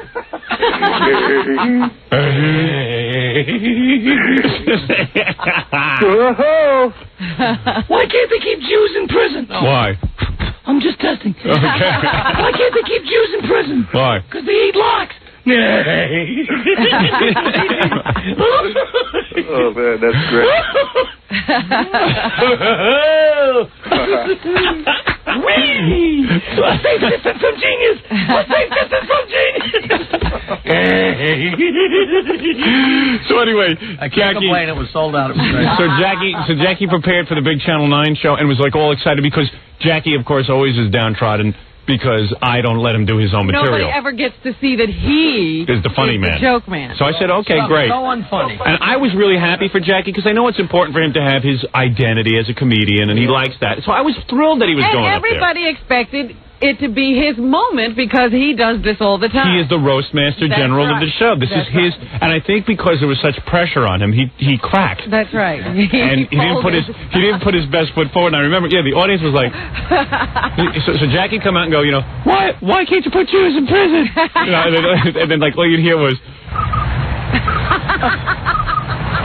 So then Jackie started. I'll tell you right then, I could have killed for a ho-ho. Right. And Jackie got really upset afterwards and he wouldn't talk to me because I had planted everyone in the audience and told them not to laugh at his jokes. Well, even while he was going through it, after he got to the fourth or fifth joke and nobody was laughing, he started badgering the audience and saying, I know that you guys set me up and you're not going to laugh now. Yeah. And I went, oh, my God, now he's mad at me. This is all backfired. How good is your memory, Howard? Pretty good. Why? What do you think? Do you know who told me that everybody was told not to laugh? Who? Who? Pat Cooper? Oh, you're kidding. Who told you that? Oh, the guy who's always straight with everyone? You're kidding. He went up. Oh, did he do that? Funny. So I went up to, you know what? You're right, because I went up to Pat after you told me that. I said, Pat, why did you say, Pat Cooper, the comedian, why did you tell Jackie we set him up? He goes, I didn't want him to feel bad. Good job, Pat. Yeah, great. I said, that's great. I got to work with this guy, and you're telling him I set him up. Right. And this is like his big moment. Yeah, you wanted to make it look like he stunk. So Jackie was furious. Oh, yeah.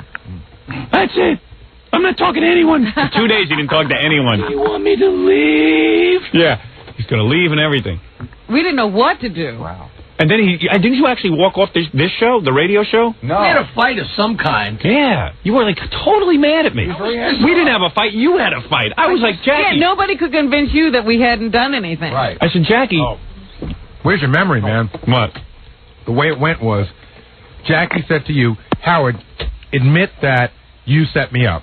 And you said, I'm not going to admit that. It didn't happen. And you guys got into an argument. And Jackie just goes, I don't have to stay here for this. And he left. I remember I chased him to the elevator the way we chased Pat Cooper. Yeah, remember you went to the elevator and you go, you know what, man? I remember you had your little bag that you carry, you had jacket on. You just go, I don't need this crap, man. This is crap. And I go, Jackie, come on. And then the doors closed and you went home. And then you gave it a week. You said you needed a personal day. I talked to Pat at home. Yeah, and you said you And Pat maintained his story. Did he really? I swear to God he did. And that's interesting in light of how Pat's being. That's very interesting. Hey, you know what's funny, too? That, because I remember Jackie I said, Jackie, man, you ought to mellow out, dude. I'm telling you, you don't believe me? I'm telling you, we didn't set you up at all. And Jackie goes, yeah, well, and I said, you know, hey, man, maybe you need a personal day. Because someone had taken a personal day. I think Gary had taken a personal day. So Jackie goes, well, maybe I do. And you want me? No, he goes, you want me to take a personal day? Is that what you're saying? You want me to? I go, look, man. If you need a personal day, go take it. He goes, well, okay. You want me to? And then he got up and walked out and went home for his personal day. He came back the next day? Yeah, he came back the next day. You said, he was sitting there and he goes, you sit there and tell me to my face, you didn't tell everyone in that audience not to laugh. And you go, I didn't. That's a lie. Yeah. That's a lie. I said, I can't believe this. I'm on trial. Maybe I was drinking in those days. Yeah, you might have been drinking in those days. So Jackie had a bad day at the show. But it was great. Tough. I mean, there wasn't even a whimper. Well, see, that was what was so devastating, that he had rehearsed it and timed it out, and he knew everything. What it was that everyone else had kind of decided in their mind that, like, well, we're not professional joke tellers, so we'll get up and we'll just do our stupid, goofy thing, whatever it is. What's the master? But yeah, right, yeah. And the master was back in his lair in the joke lounge, talking. He talked into the tape recorder. He was even. He played it for John. Yeah, he played it.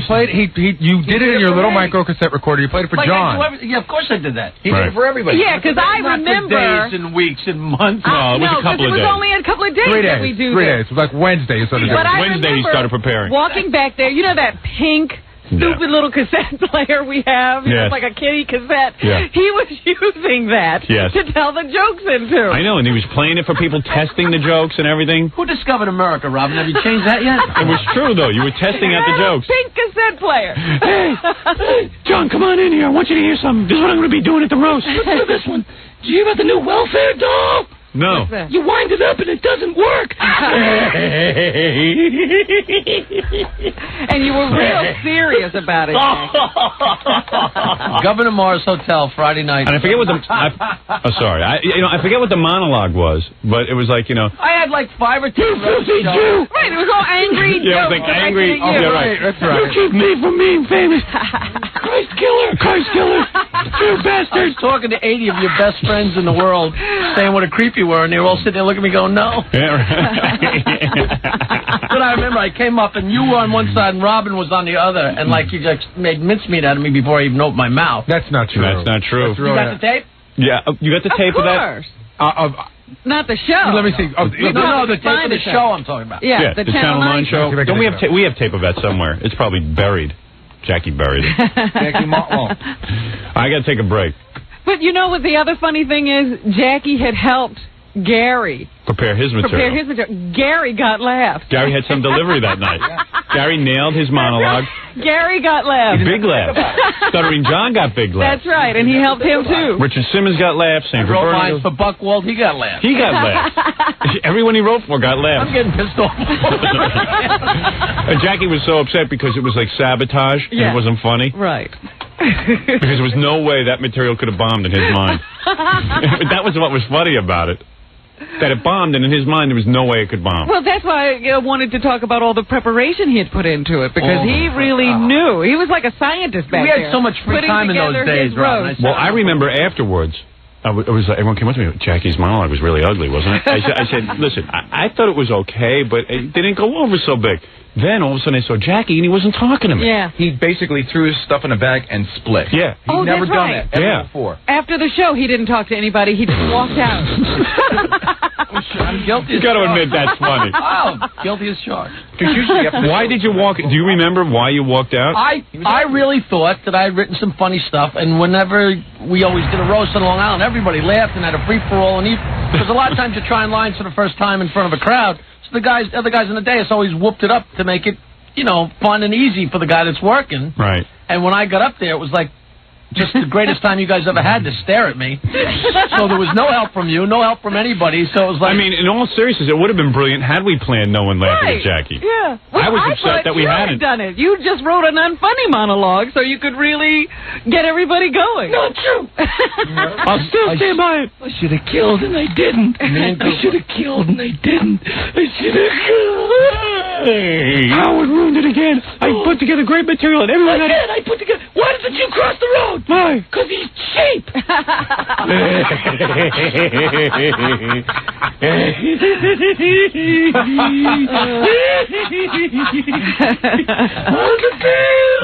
it was one of those... What really killed me was it was such a great show. That was the only lowlight of the show. Burgess got stuff thrown on him, and Richard Simmons... Everyone who dressed up like a man who kissed Sandra Bernhard.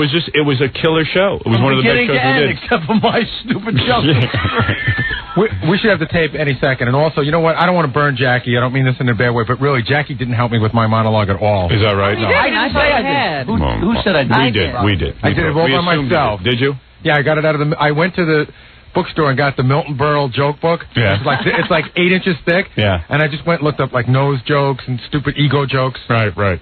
And you killed. should have done that. Yeah, well, that's because I thought of using rim shots. Right. But I remember, you know what I remember, and I'm not cutting you up, Jackie. I remember that Jackie... Why didn't you stop prefacing everything with, I don't want to give you a hard time? Well, no, because I'm not in here to crucify you, but I remember that you started doing your jokes, and like after the second or third one... You started yelling at the audience. No, we all started looking at each other like...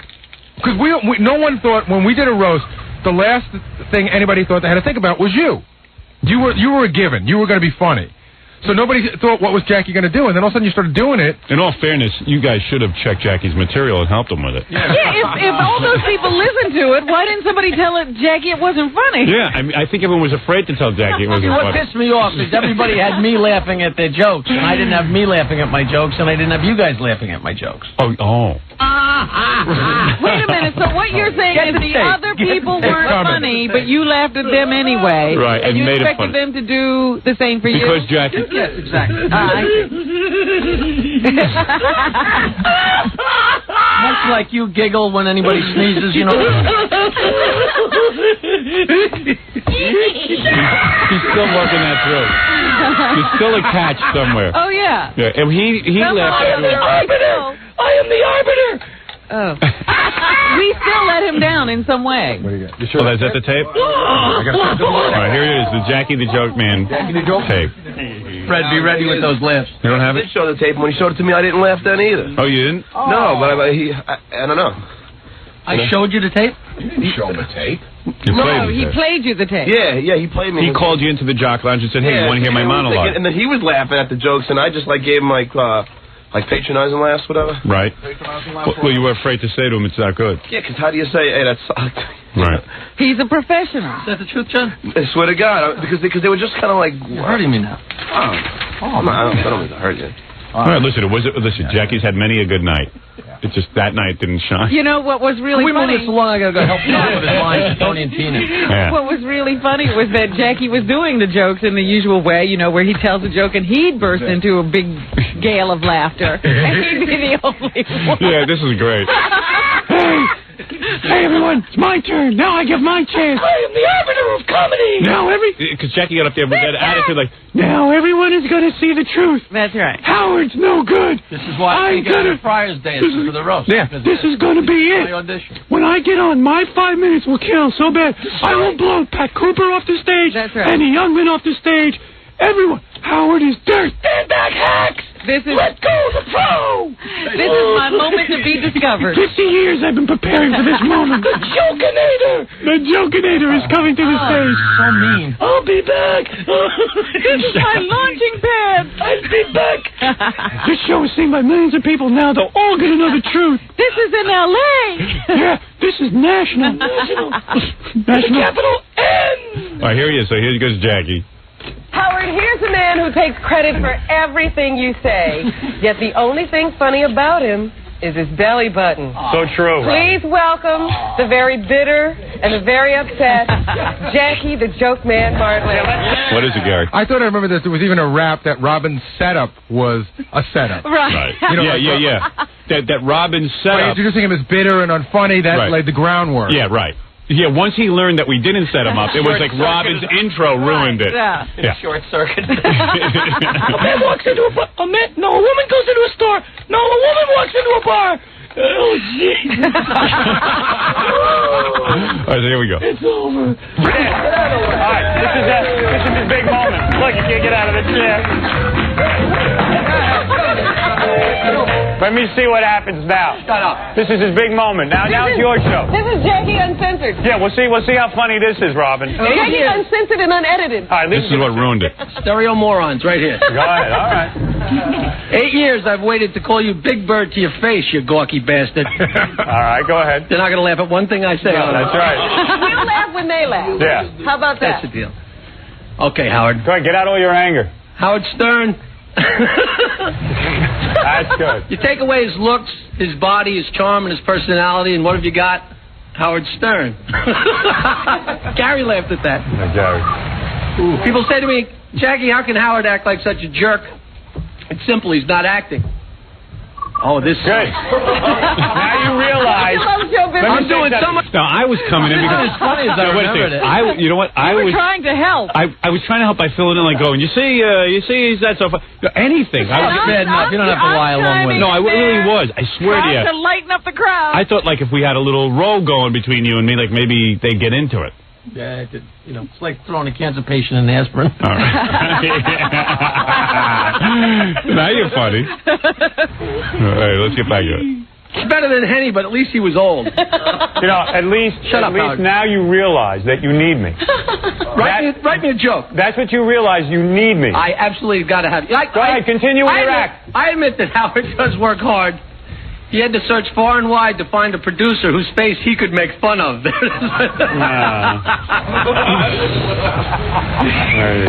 Okay, all right. Credit where credit's due. Okay. Credit where credit's due. Okay, moving on. You're fast. All right, I gotta get. Okay, producer whose face he can make fun of. Producer. There's lots of room for improvement. You know, there's lots of little nuances in here. Did you hear after that last joke? You just right under your breath. You go, oh, there you go. I was just getting nervous. I wanted Jackie to succeed that night. At this point, it was getting uncomfortable for all of us. Because I knew there'd be hell to pay. Credit where credit's due. A terrific, skewed sense of humor, a brilliant mind, amazingly fast, a joy to work with. And think, I wouldn't even have met Fred Norris if you hadn't have called me. Look at Fred. Look at Fred. Oh, poor Jackie. You don't wonder he was mad at me. That was good. He gets mad at me. But I was even trying to laugh. You heard me in the beginning. I was the only one laughing in the room. Robin did laugh, Jackie, in all fairness. I didn't hear that. See? You have to go back and recap. He's hiding from embarrassment. Fred doesn't even want to. Robin, is there a day that goes by that Jackie doesn't think he can leave this show and get his own show? Not one. This is it. Even right now, he's having that thought. I don't think these people. Sandra, you're friends with Madonna and everyone else. How's Jackie doing? Seriously. What does Madonna have to do with it?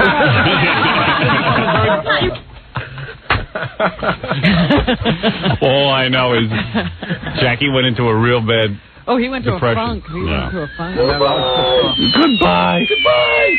I'm going out to the strip clubs. Chinese comedy crapper. Joey's House of Ha-Ha. Oh. Governor Morris Hotel, Friday night, December 16th, with John Tarantino. He really is funny. It was a bad night. I've improved. At least say I've improved. No, you had a bad night. We haven't seen you do another roast. It was your big night, and you were all excited, and you put too much into it. I swear to God, right now, when he brought in the tape, I thought it was going to be funny. What do you think now? Now what do you think? I am on your side.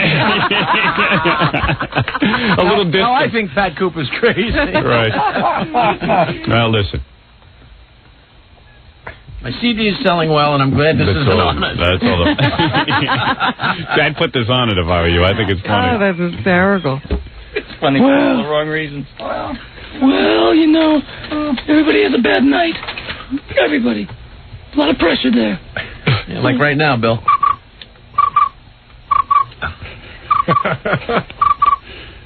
I can wait it out. All right, we'll take a break.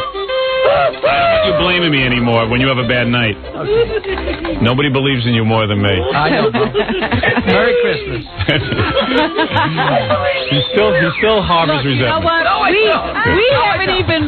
We haven't even brought that tape out in a number of years. You finally got it through my thick head. I will admit it. And anytime Jackie gets out of line now, we ought to keep that close by. You'll never convince me that Star Search was sweetened, but that one I will do. All right, there you go. Jackie the Joke Man Martling, and there he is and get his new CD. All right, we'll take a break, and we'll be back right after these words. Hey, Eric. Eric the actor, everybody. I'm just curious. Happy New Year. How was your New Year, Eric? Did you do anything fun, or is it just, were you like me, just sitting home, drunk dialing? Well, I wasn't doing the drunk dialing part, but I was sitting home. Did you He's drink? sitting all the time. Do you drink at all? No, I don't. Because that would affect your health, right? Yes. Yeah, I'm like He Eric. drinks Pepsi. Now that I'm like, I don't know, my health is always bad. Like, I can't even drink either. I know you weren't drinking at the Christmas party. Yeah, I don't drink anymore. I stopped. You really did. That liver thing got to you, huh? Nah, you know what it is? When my doctor told me about that liver thing, and then I was only allowed to have one drink. It's like, why bother? He goes, you can have one drink a week. Oh, boy. And I went, one drink a week. So I think everybody thinks now I'm an AA because we're all having dinner together. And I order club soda with cranberry juice, and I'm that asshole at the party that everyone goes, oh, he's no fun. So I'm not even fun, and I'm sick, and I'm just it's over. It's all over. Right, Eric? You and I are a lot alike. Did you jerk off New Year's Eve? I did. Yes. Yeah. I said to myself... You two were together. What'd you jerk off to? I'll tell you what I did.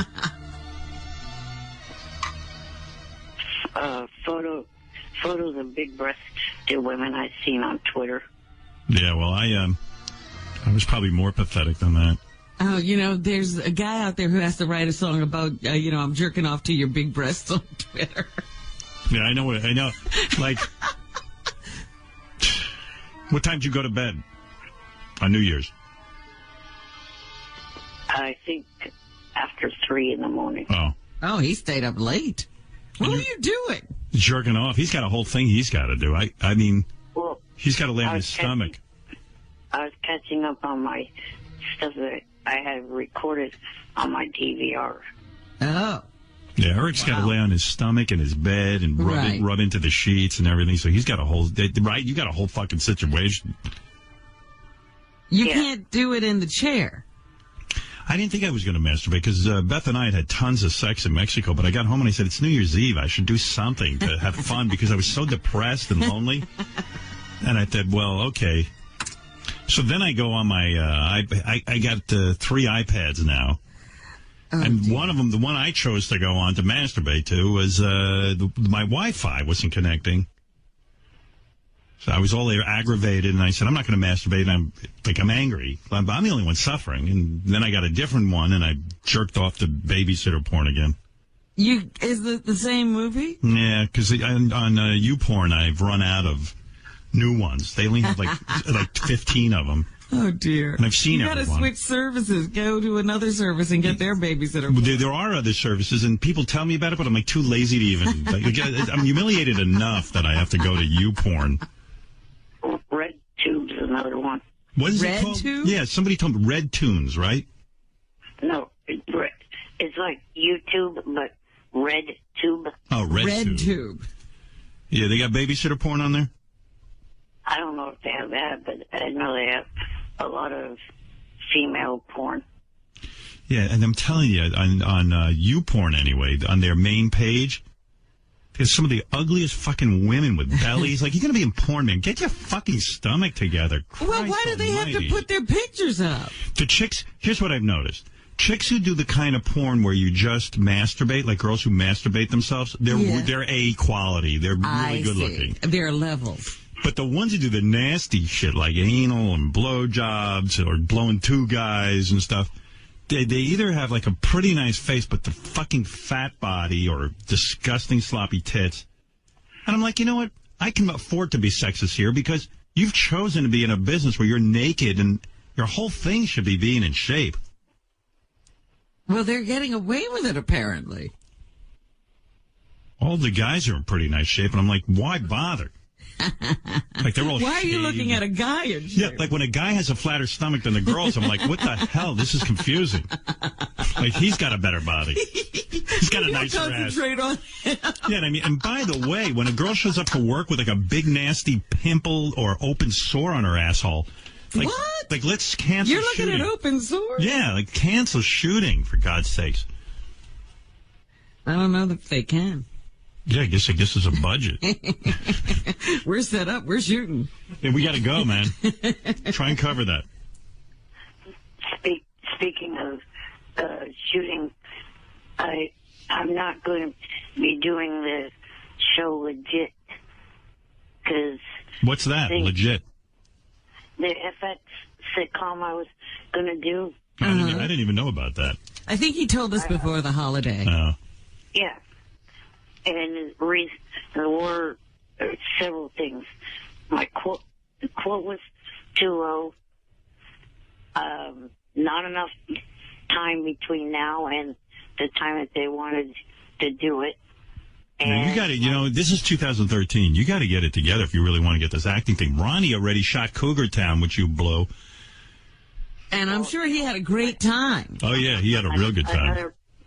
Another reason why I blew that one is because of the fact that what I was about to say. My SAG dues are not paid up.